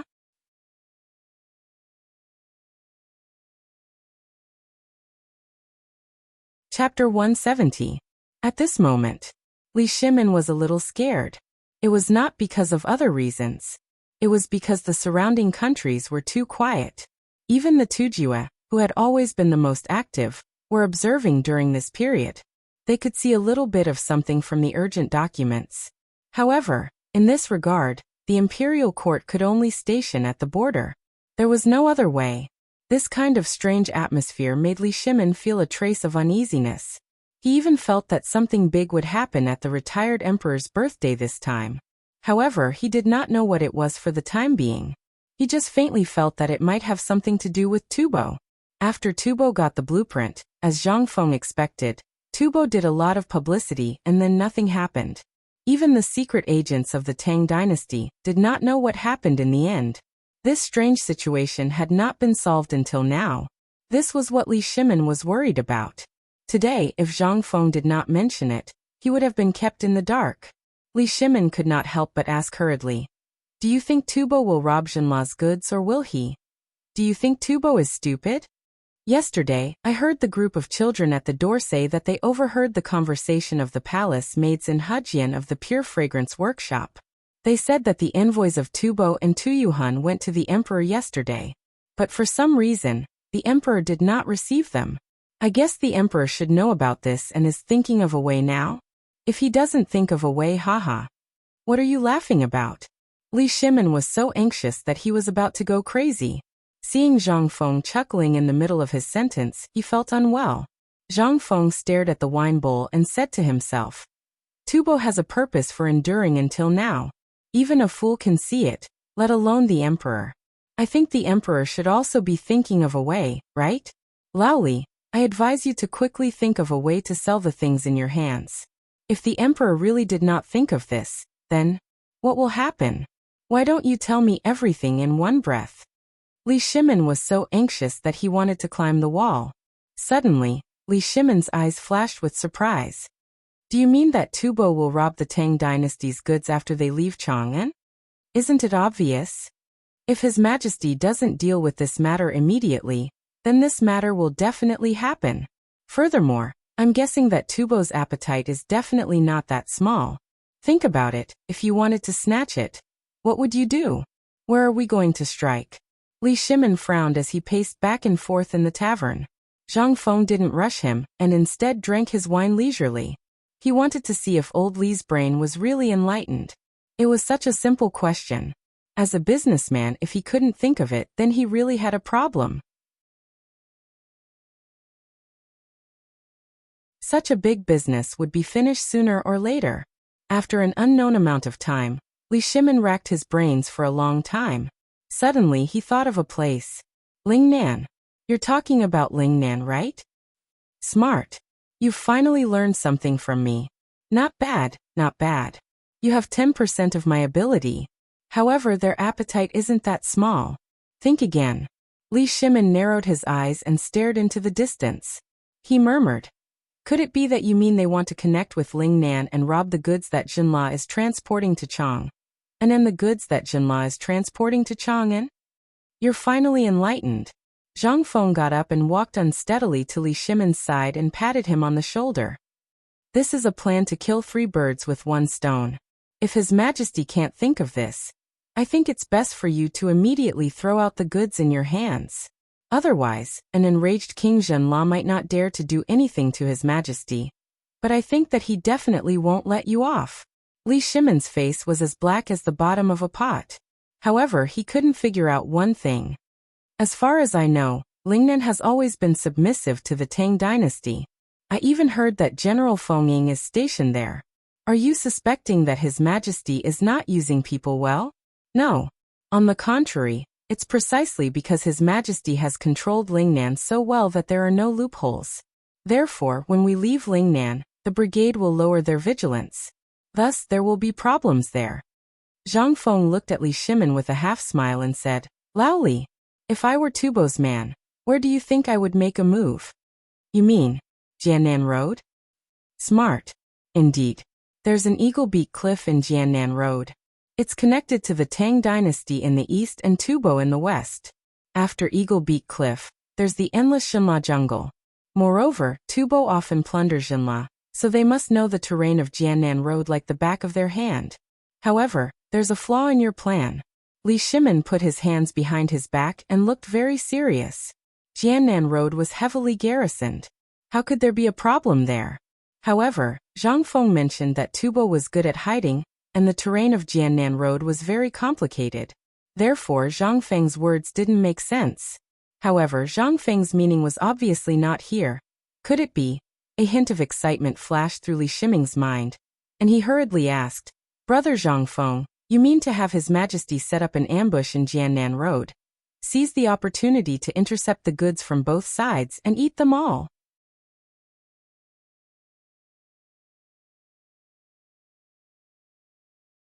Chapter 171. Snatch my ass. Lao Li, I've been talking for a long time. Do you think I'm asking you to rob? Tubo can't wait for you to rob. If you rob, no matter who it is, as long as it's someone from the Tang dynasty, it will definitely arouse Xinla's anger. Although Xinla is not afraid, there's a fierce tiger beside Xinla.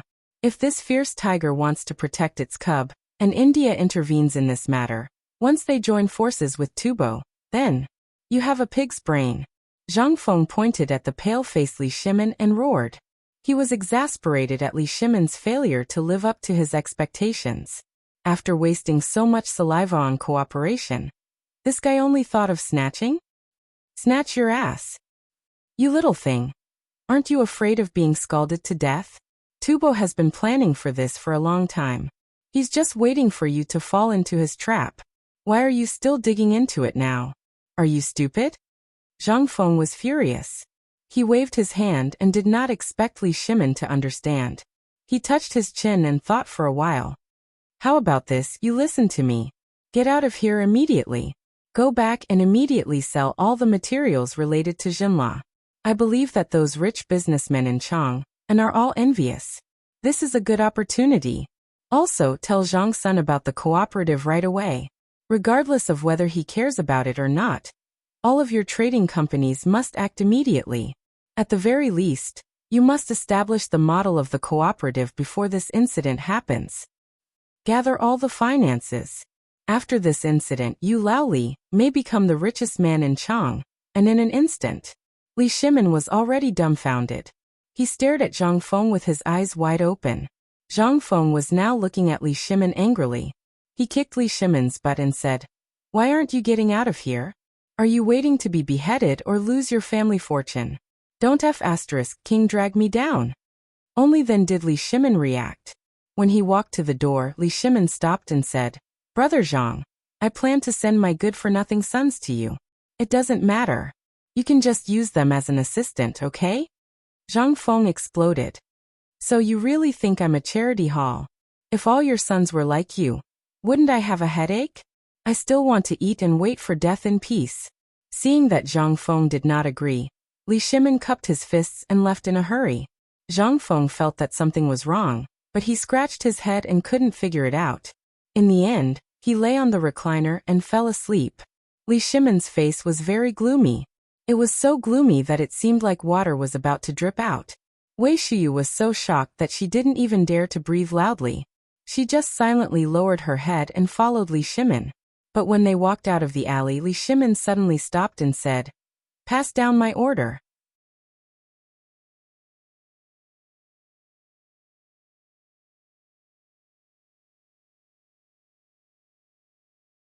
Chapter 172. Li Shimin was very angry. So much so that his face was gloomy all the way.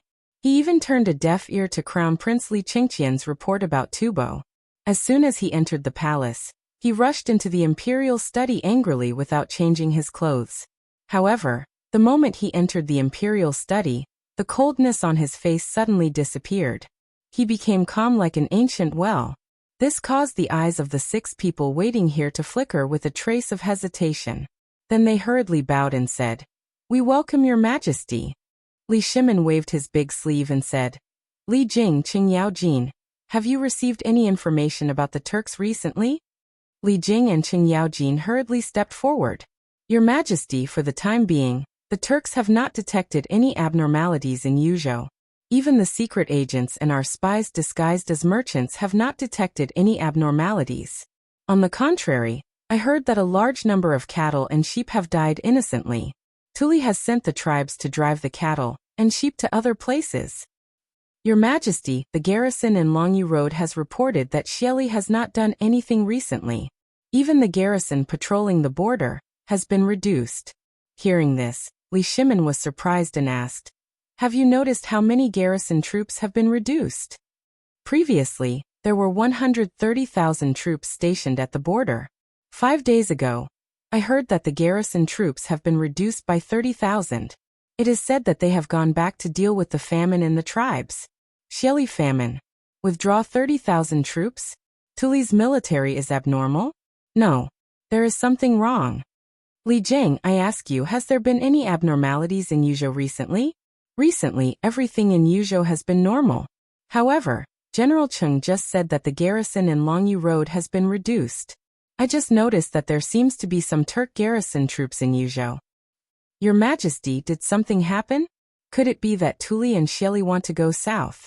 Everyone also heard that something was wrong. In addition to the warning from Wei Shuyu, who had just informed them, the emperor was unusually furious after coming out of the small tavern. Could it be Li Shimin ignored them? He stood on the map on the side of the study and carefully observed. Something was wrong. Could it be that little brother Zhang Feng was thinking too much? There was nothing unusual about the Turks. Could it be Tubo? Thinking of this, Li Shimin asked again, Zhang Sun Wuji. Present. Did any of Tubo's spies find anything?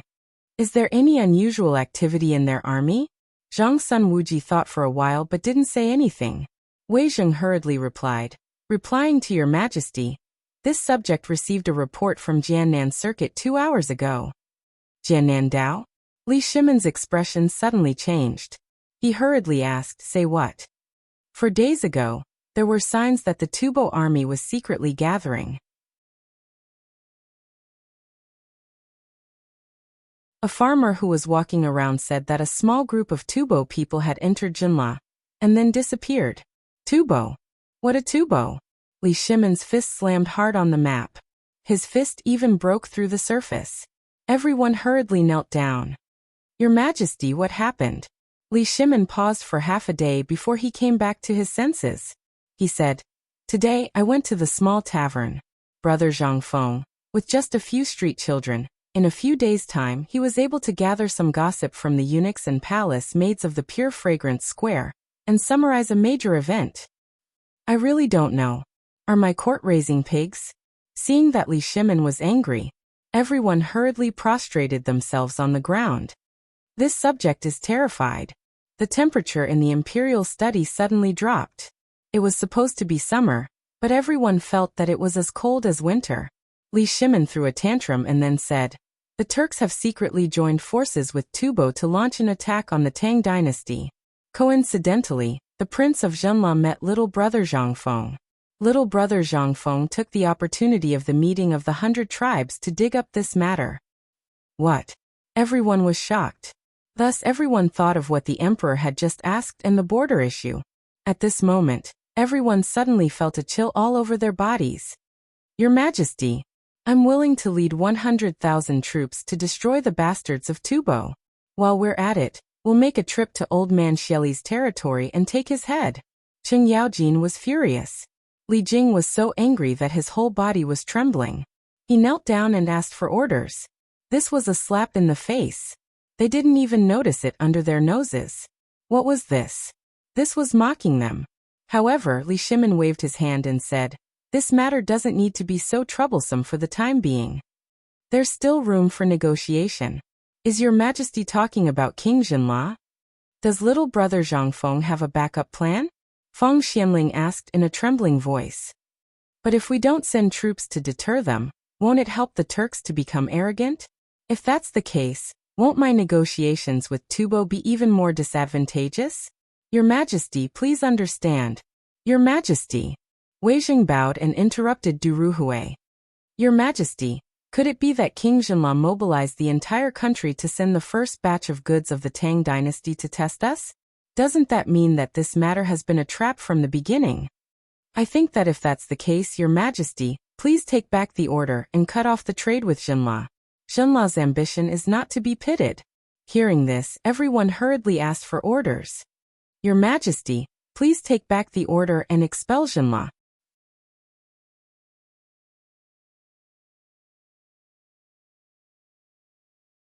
Chapter 173.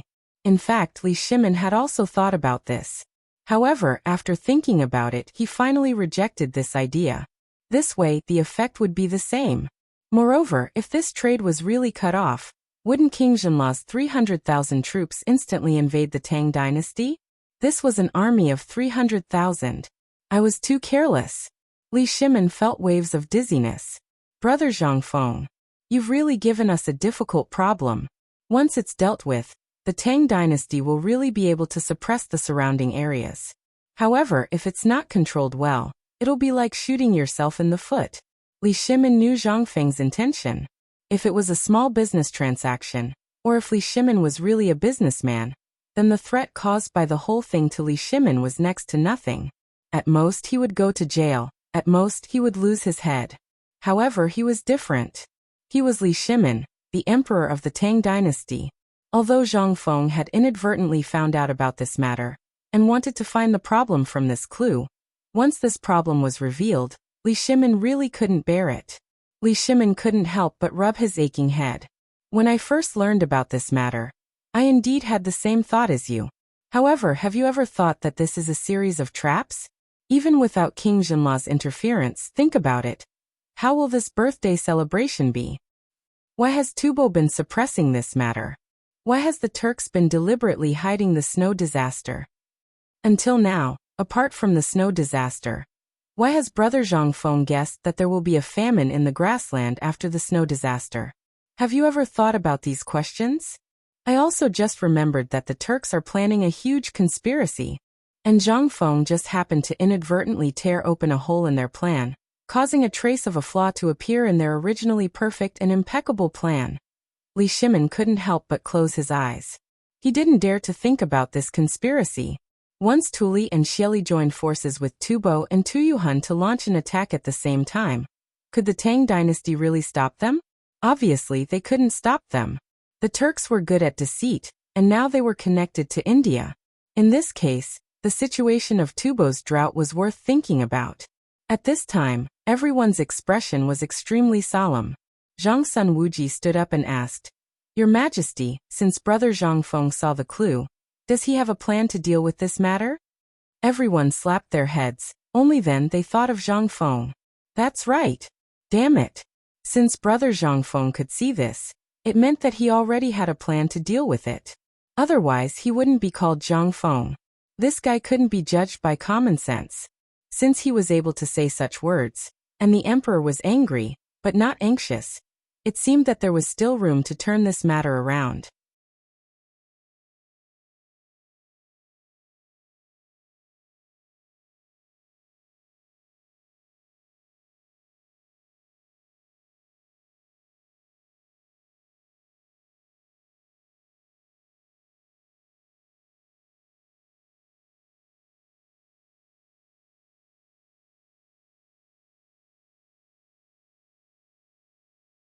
This person was King Zhenla. Li Shimon's entourage was very large.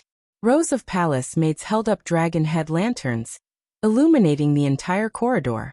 Before they arrived, they heard Xiao Gizi shout at the top of his voice, "The Emperor has arrived." Hua! Immediately, all the golden guards, with their modeo in their hands, hit the Mingguang armor in front of their chests, and their bodies stood straight. "Welcome, Your Majesty." The songstress on the Jade Tower also knelt on the ground at this moment. King Zhenla Lama Zoya smiled heartily, bowed slightly and said, "Your Majesty King Tang." Li Shimon smiled casually. "Ha ha ha, King Zhenla, quickly rise. Have you been living comfortably in the palace recently?" "Good. Very good. This is the best place I've ever lived in. Compared to Your Majesty King Tang's palace, my house is similar to that cowshed." "Ah, King Zhenla must be joking. Please.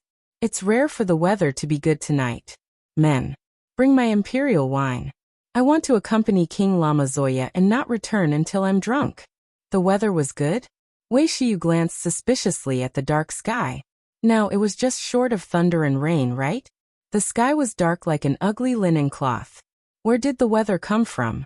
However, even though Wei Shiyu was complaining, he also knew where his duty lay.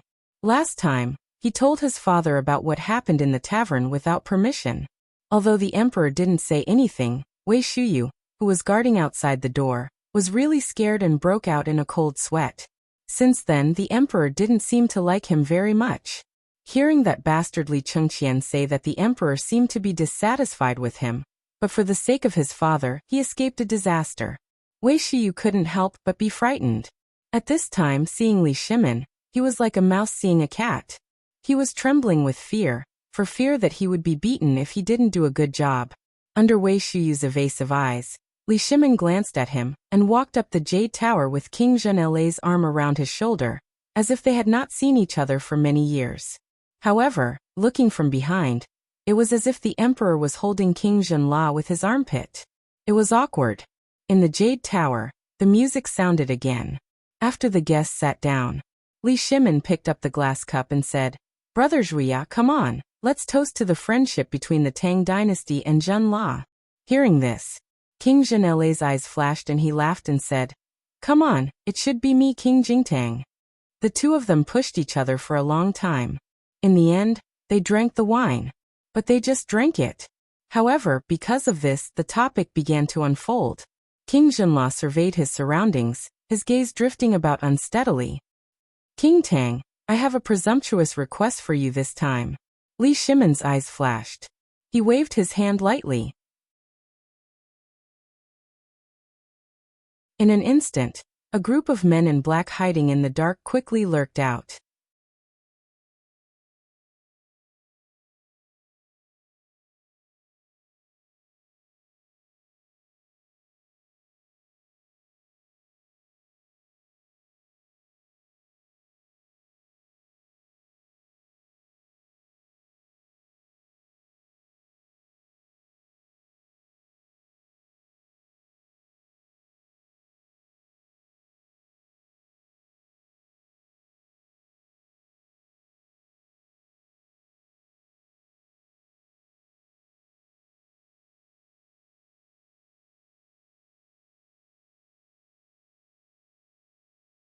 Chapter 179.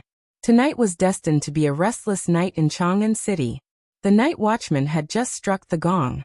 Groups of men in black rushed out from the depths of the palace. They were densely packed. The gambling house was still shrouded in smoke. There were oil lamps, the stench of sweat, the stench of feet, the sourness of wine, and piles of vomit. One could even find a few fresh or rotten broken fingers in the corner. This was the gambling house. The gambling house of the Tang dynasty. It was a cancer of society. But even the government could not eradicate it completely. There were always people licking the blood on the tip of the knife. This included a gambling house set up by the Turks in the corner of the East Market of Chang'an City. Even the patrolling soldiers could not touch the darkness here.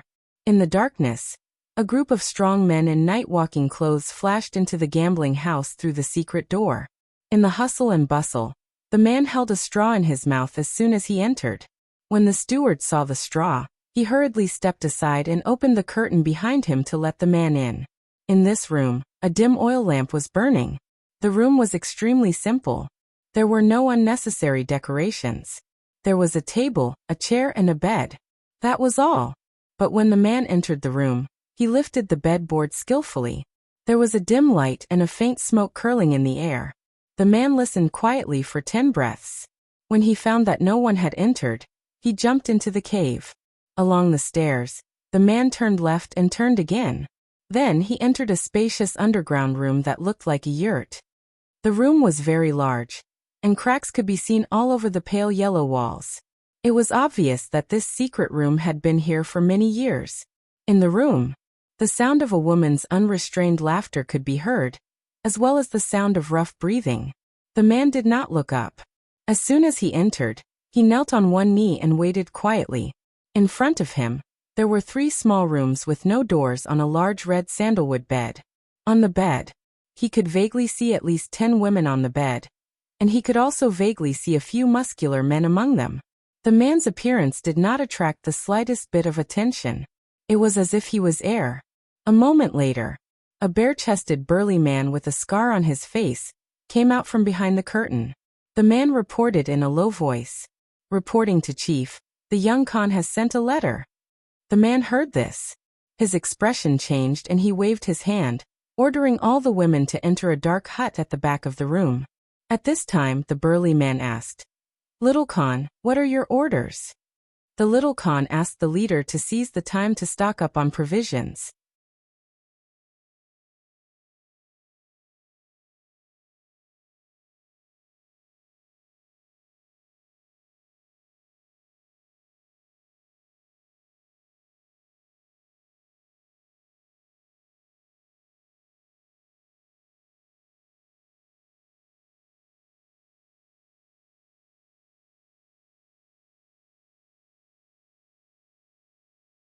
Chapter 181.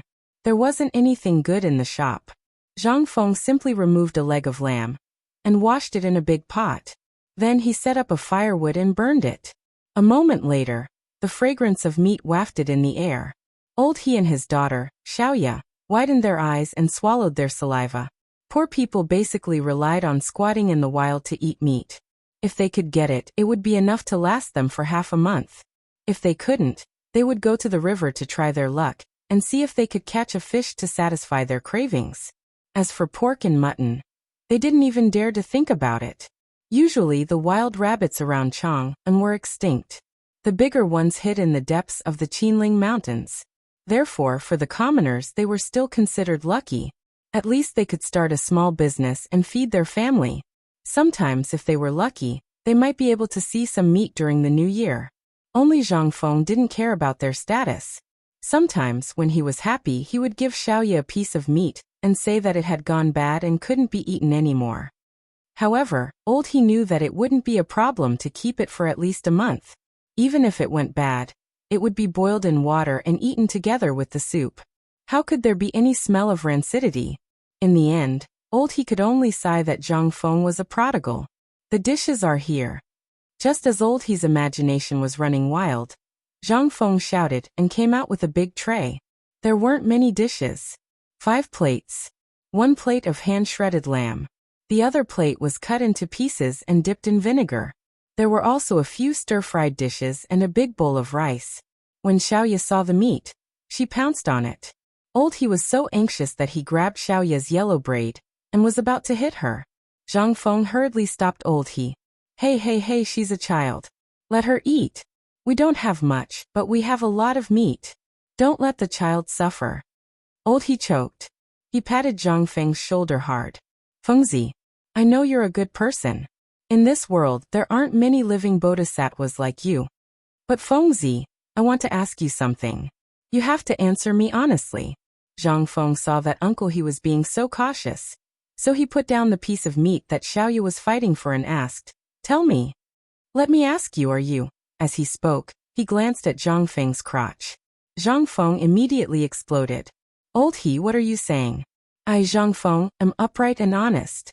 I'm a man, not a castrate. That's good. Old Ho patted his chest, picked up the bowl of wine, and gulped it down in one gulp. 2 taels of wine in a bamboo flask was not much, but Zhang Feng had a lot of good wine. As soon as he entered, he smelled the aroma of wine. He was a little embarrassed to take out his wine, but it would be inappropriate if he didn't bring anything when he came to talk to him.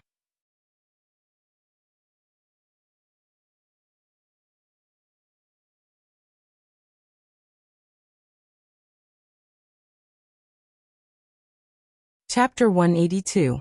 When Zhang Feng heard that, he immediately felt that something was wrong. No wonder. That's what I thought. Usually the house next door was like a haunted house. Why did it suddenly become like this? Zhang Feng couldn't help but come forward and ask. Old He, I just found out that there was someone next door in the middle of the night a few days ago. Do you think the person next door was here before or recently? Old He scratched his head, picked up a lamb bone and said while chewing, Now that you mention it, I also thought of it. This house used to belong to a rich family. I don't know what happened, but they broke the law and were chased out of Chang'an City. No one has lived here for about 5 years. However, about half a month ago, there was a black man who smelled of rank odor in front of this house. He even squatted there for a long time. Then he saw people carrying out large carts of soil from time to time. Oh right, Go Z and the others even dug out a few copper coins from the soil. I heard that the pile of soil under the old willow tree by the Qingshui River outside Chang'an City was from this house. There weren't many people. I even saw some Huzi and Huzi. They all went in when the sky was dark. Oh right. Old He patted his head and scratched his sweat towel with his big oily hand. He said, One night, I went to a funeral banquet. I had nothing to do at night, so I brought food to my wife. I also saw a Turkic man wearing jewelry go in. I was drunk at that time, so I didn't pay attention to it. If you didn't mention it, I would have forgotten. He said that it was unintentional. But Zhang Feng was shocked. Damn it. What was this? This damn Turkic man was acting like a spy beside Lao Tzu. Damn it. How could this be? Damn it. Seeing Zhang Feng's gloomy face, Old He didn't say anything. Old He stopped talking and went forward to ask, What's wrong? Have you been there before? What do you mean? Old He glanced at Zhang Feng meaningfully. So what if I've been there? I'm a man. What's the big deal about playing around? You really haven't been there? Old He asked in a low voice. Zhang Feng's head was as white as a rattledrum. No. Never been there. Why would I go there? If I want to go, I'll go to those big gambling houses. That would be more in line with our identity. But Old He, have you heard what's inside? Why does it always open after the curfew? This doesn't make sense. There was something strange about this gambling house. Generally, the gambling houses in Chang'an City were set up by the government. There were also black market merchants, but basically, they were all registered in the government office. However, the one next to his was obviously not the case. Which legitimate casino would open in the middle of the night? This isn't right. You don't know? Seeing Zhang Feng like this, Old Ho confirmed that he didn't go next door. He then drank a bowl of wine and said, Here. It seems like you haven't been there before. I'm relieved. You don't know, but a butcher from Ping and Fong went in a few days ago. On the second day, someone found that 3 of his fingers were missing. And I heard that not only did he lose his shop overnight, but he also owed a huge debt. That gambling house is set up for the rich. Many rich people in the city have visited it before. I heard that the gambling house doesn't accept much money. Instead, it has a special liking for food. Sigh. What kind of world is this? The owner of the gambling house doesn't like money, but wants food instead? Although the price of food in Chang'an City is unusually high recently, it doesn't make sense to play like this, right? If the government finds out about this, he'll be beheaded sooner or later. But even so, there are still people who want to die. Do you know why? Old He asked Zhang Feng with a sly face. Zhang Feng's face was extremely gloomy. Old He pursed his lips. He was extremely disgusted with Zhang Feng, who didn't know anything. There's a woman in there. I heard from the butcher that there's a cave under the gambling house. The decoration there is similar to that of a palace. And there are a dozen or so ladies and women from the Central Plains. They're so beautiful that they look like they came out of a painting. They're even prettier than the top hostesses in Chang'an and city's top Tsuyin restaurant.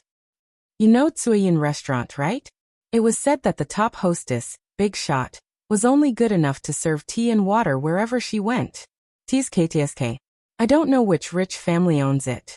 If you lose money, not only will you chop off your fingers, but you'll also have to pay your debt with food. If you win, you'll get a free night's sleep. That's. He seemed to be drunk. He spoke eloquently as if it was one of the biggest regrets of his life that he had never been in there.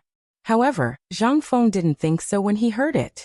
Now everyone in Chang and city knew that the imperial palace had issued an imperial edict. Whoever dared to embezzle food would have his or her entire family executed. However, the mysterious man next door not only wanted to store food, but he also seemed to be dragging all the rich families in Chang and city into the water. That was interesting. The Turks. Moreover, they were stirring up trouble here at such a sensitive time. This was a big move. No wonder Lao Tzu could hear that voice every day. CK Zhang Feng secretly spat. He looked at Old He and said, Old He, do you believe me? Yes. Then don't do anything for now. I'll pay for the losses. I think it won't be peaceful here in the near future.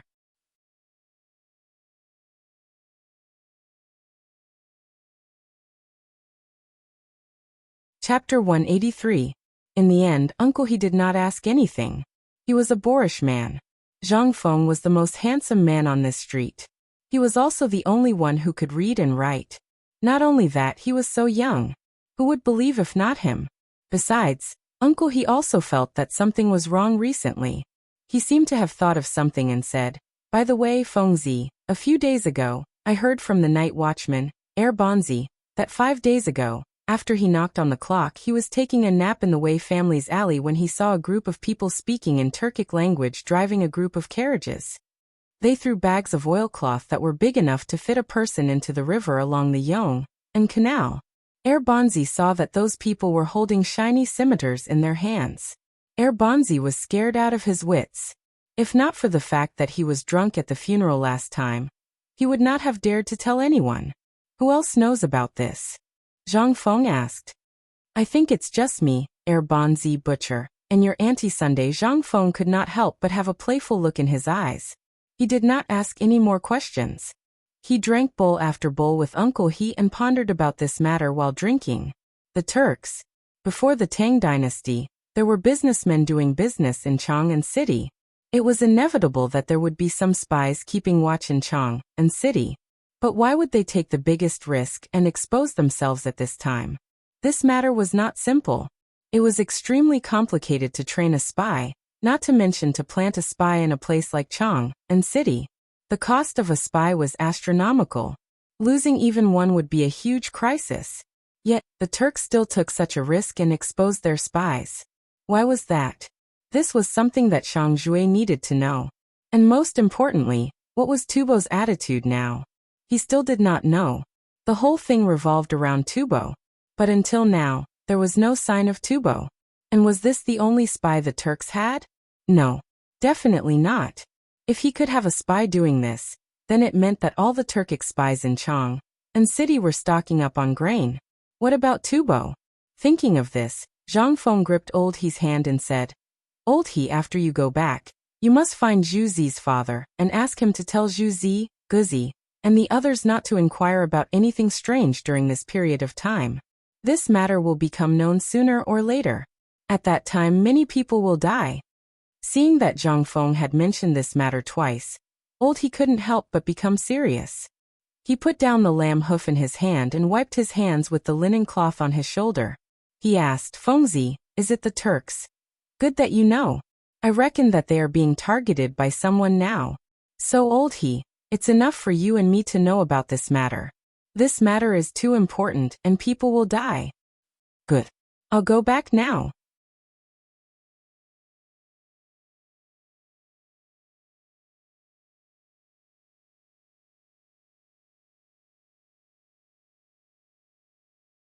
Chapter 184. Li Shimin was really angry. To think that there was such a shameless person hiding right under his nose. How could he not be angry? If this happened elsewhere, he would turn a blind eye to it. He could catch all of them in one fell swoop, and make a lot of money. But this time he couldn't bear it. This was his territory. If these people jumped out like this, what about other places in the Tang dynasty? What would happen then? Summon Zhongsun Wuji. Seeing that Wei Zheng didn't speak, Li Shimin shouted angrily. A moment later, Zhongsun Wuji rushed into the imperial study, panting heavily as he lifted his robe. Before he said anything, Li Shimin shouted, "Zhongsun Wuji, do you know your crime?" "I know my crime. As the Minister of Justice, didn't you notice all the movements in Chang'an City? I just want to ask, are I raising pigs? Chang'an City is going to revolt. Can you pretend not to see it? Don't think I'm a fool. I don't know about your industries. I didn't ask about it. You're all meritorious officials. I'm just giving you benefits. But how do you explain this?" Li Shimin was furious. Wei Zheng and Zhongsun Wuji immediately knelt down. "Read the secret report." Li Shimin didn't say anything. He turned around and looked at the birds in the birdcage outside the window. Zhongsun Wuji finally dared to breathe. He quickly grabbed the secret report scattered on the ground and hurriedly read it. The more he read, the more Zhongsun Wuji's hands trembled. In the end, Zhongsun Wuji's entire body was trembling as if he was suffering from epilepsy. "Your Majesty, it's my fault. I know my crime. I know you have a mouth. But did I ask you about this? I asked you how to solve it." Li Shimin suddenly roared. This was something that had never happened before. At the very least, it had never happened to any of them. But today, Li Shimin was furious because of this. How could Zhongsun Wuji not know the stakes involved? However, he had been busy with the cooperative recently, so he had neglected this matter. But what did the emperor mean now? He couldn't figure it out. He couldn't help but muster up his courage to ask, "Your Majesty, are the people involved in this case killed? Or, kill. If you find one, kill one." Li Shimin's aura was biting cold. However, at this moment, Wei Zheng hurriedly said, "Your Majesty, you can't kill him." "Why can't I kill him?" "Now they are all in the dark and we all know what they are doing. We only need to do a little work, and when the birthday is over and the matter of Jean La's second batch of goods is settled, they can't help but take action. Then we can suppress them with thunderous means. Isn't that better? If we take action now, although we can eliminate them as quickly as possible, we don't know where else they are hiding. I think we should observe first. Follow the vine to find the melon, until we catch the big fish. Then we can take action in a hurry."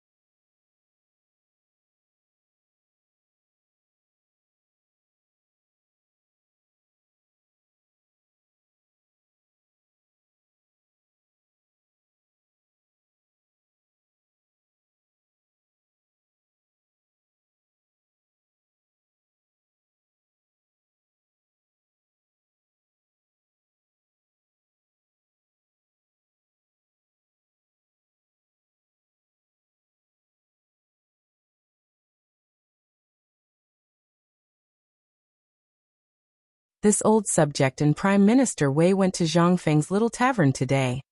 Oh, I remember now. I still remember that the two of you ran wildly through the streets of Chang'an City in a fit of pique. Is that true? The two of them couldn't help but lower their heads at this question. Li Shimin said again. I remember that the chamberlains of Jin Wu secretly caught at least 30 people who were following you.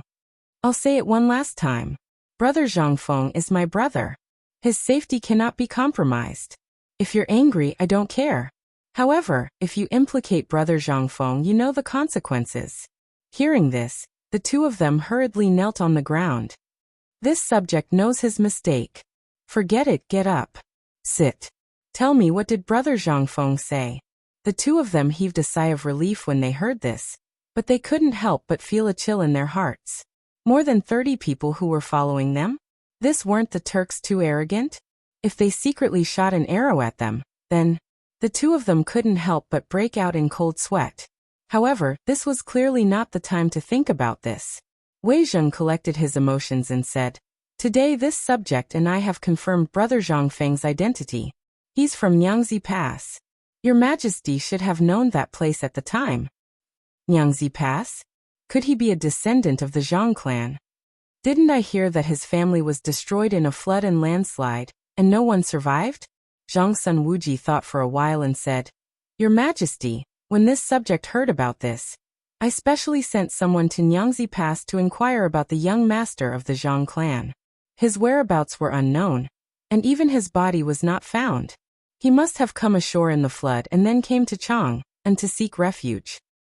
And his tavern now is considered the property of the Zhang clan in Chang and—" Oh! With Zhang Sun Wuji's explanation, Zhang Feng's identity was finally revealed. If Zhang Feng was here, he would really be excited to go to Nyangzi Pass and set off a cart of firecrackers for the missing young master of the Zhang clan. Then what does this matter have to do with the task I asked you to do? Yes. At that time, this subject also felt that the place where Brother Zhang Feng was at was too dangerous, so I wanted to ask my son to protect him. But he said where was the safest place? Hearing this, Li Shimon's face suddenly changed. He asked, "Did Brother Zhang Feng really say that?" "It's absolutely true." Li Shimon's eyes suddenly burst out a trace of killing intent. "Oh no! Idiot, Brother Zhang Feng is in danger."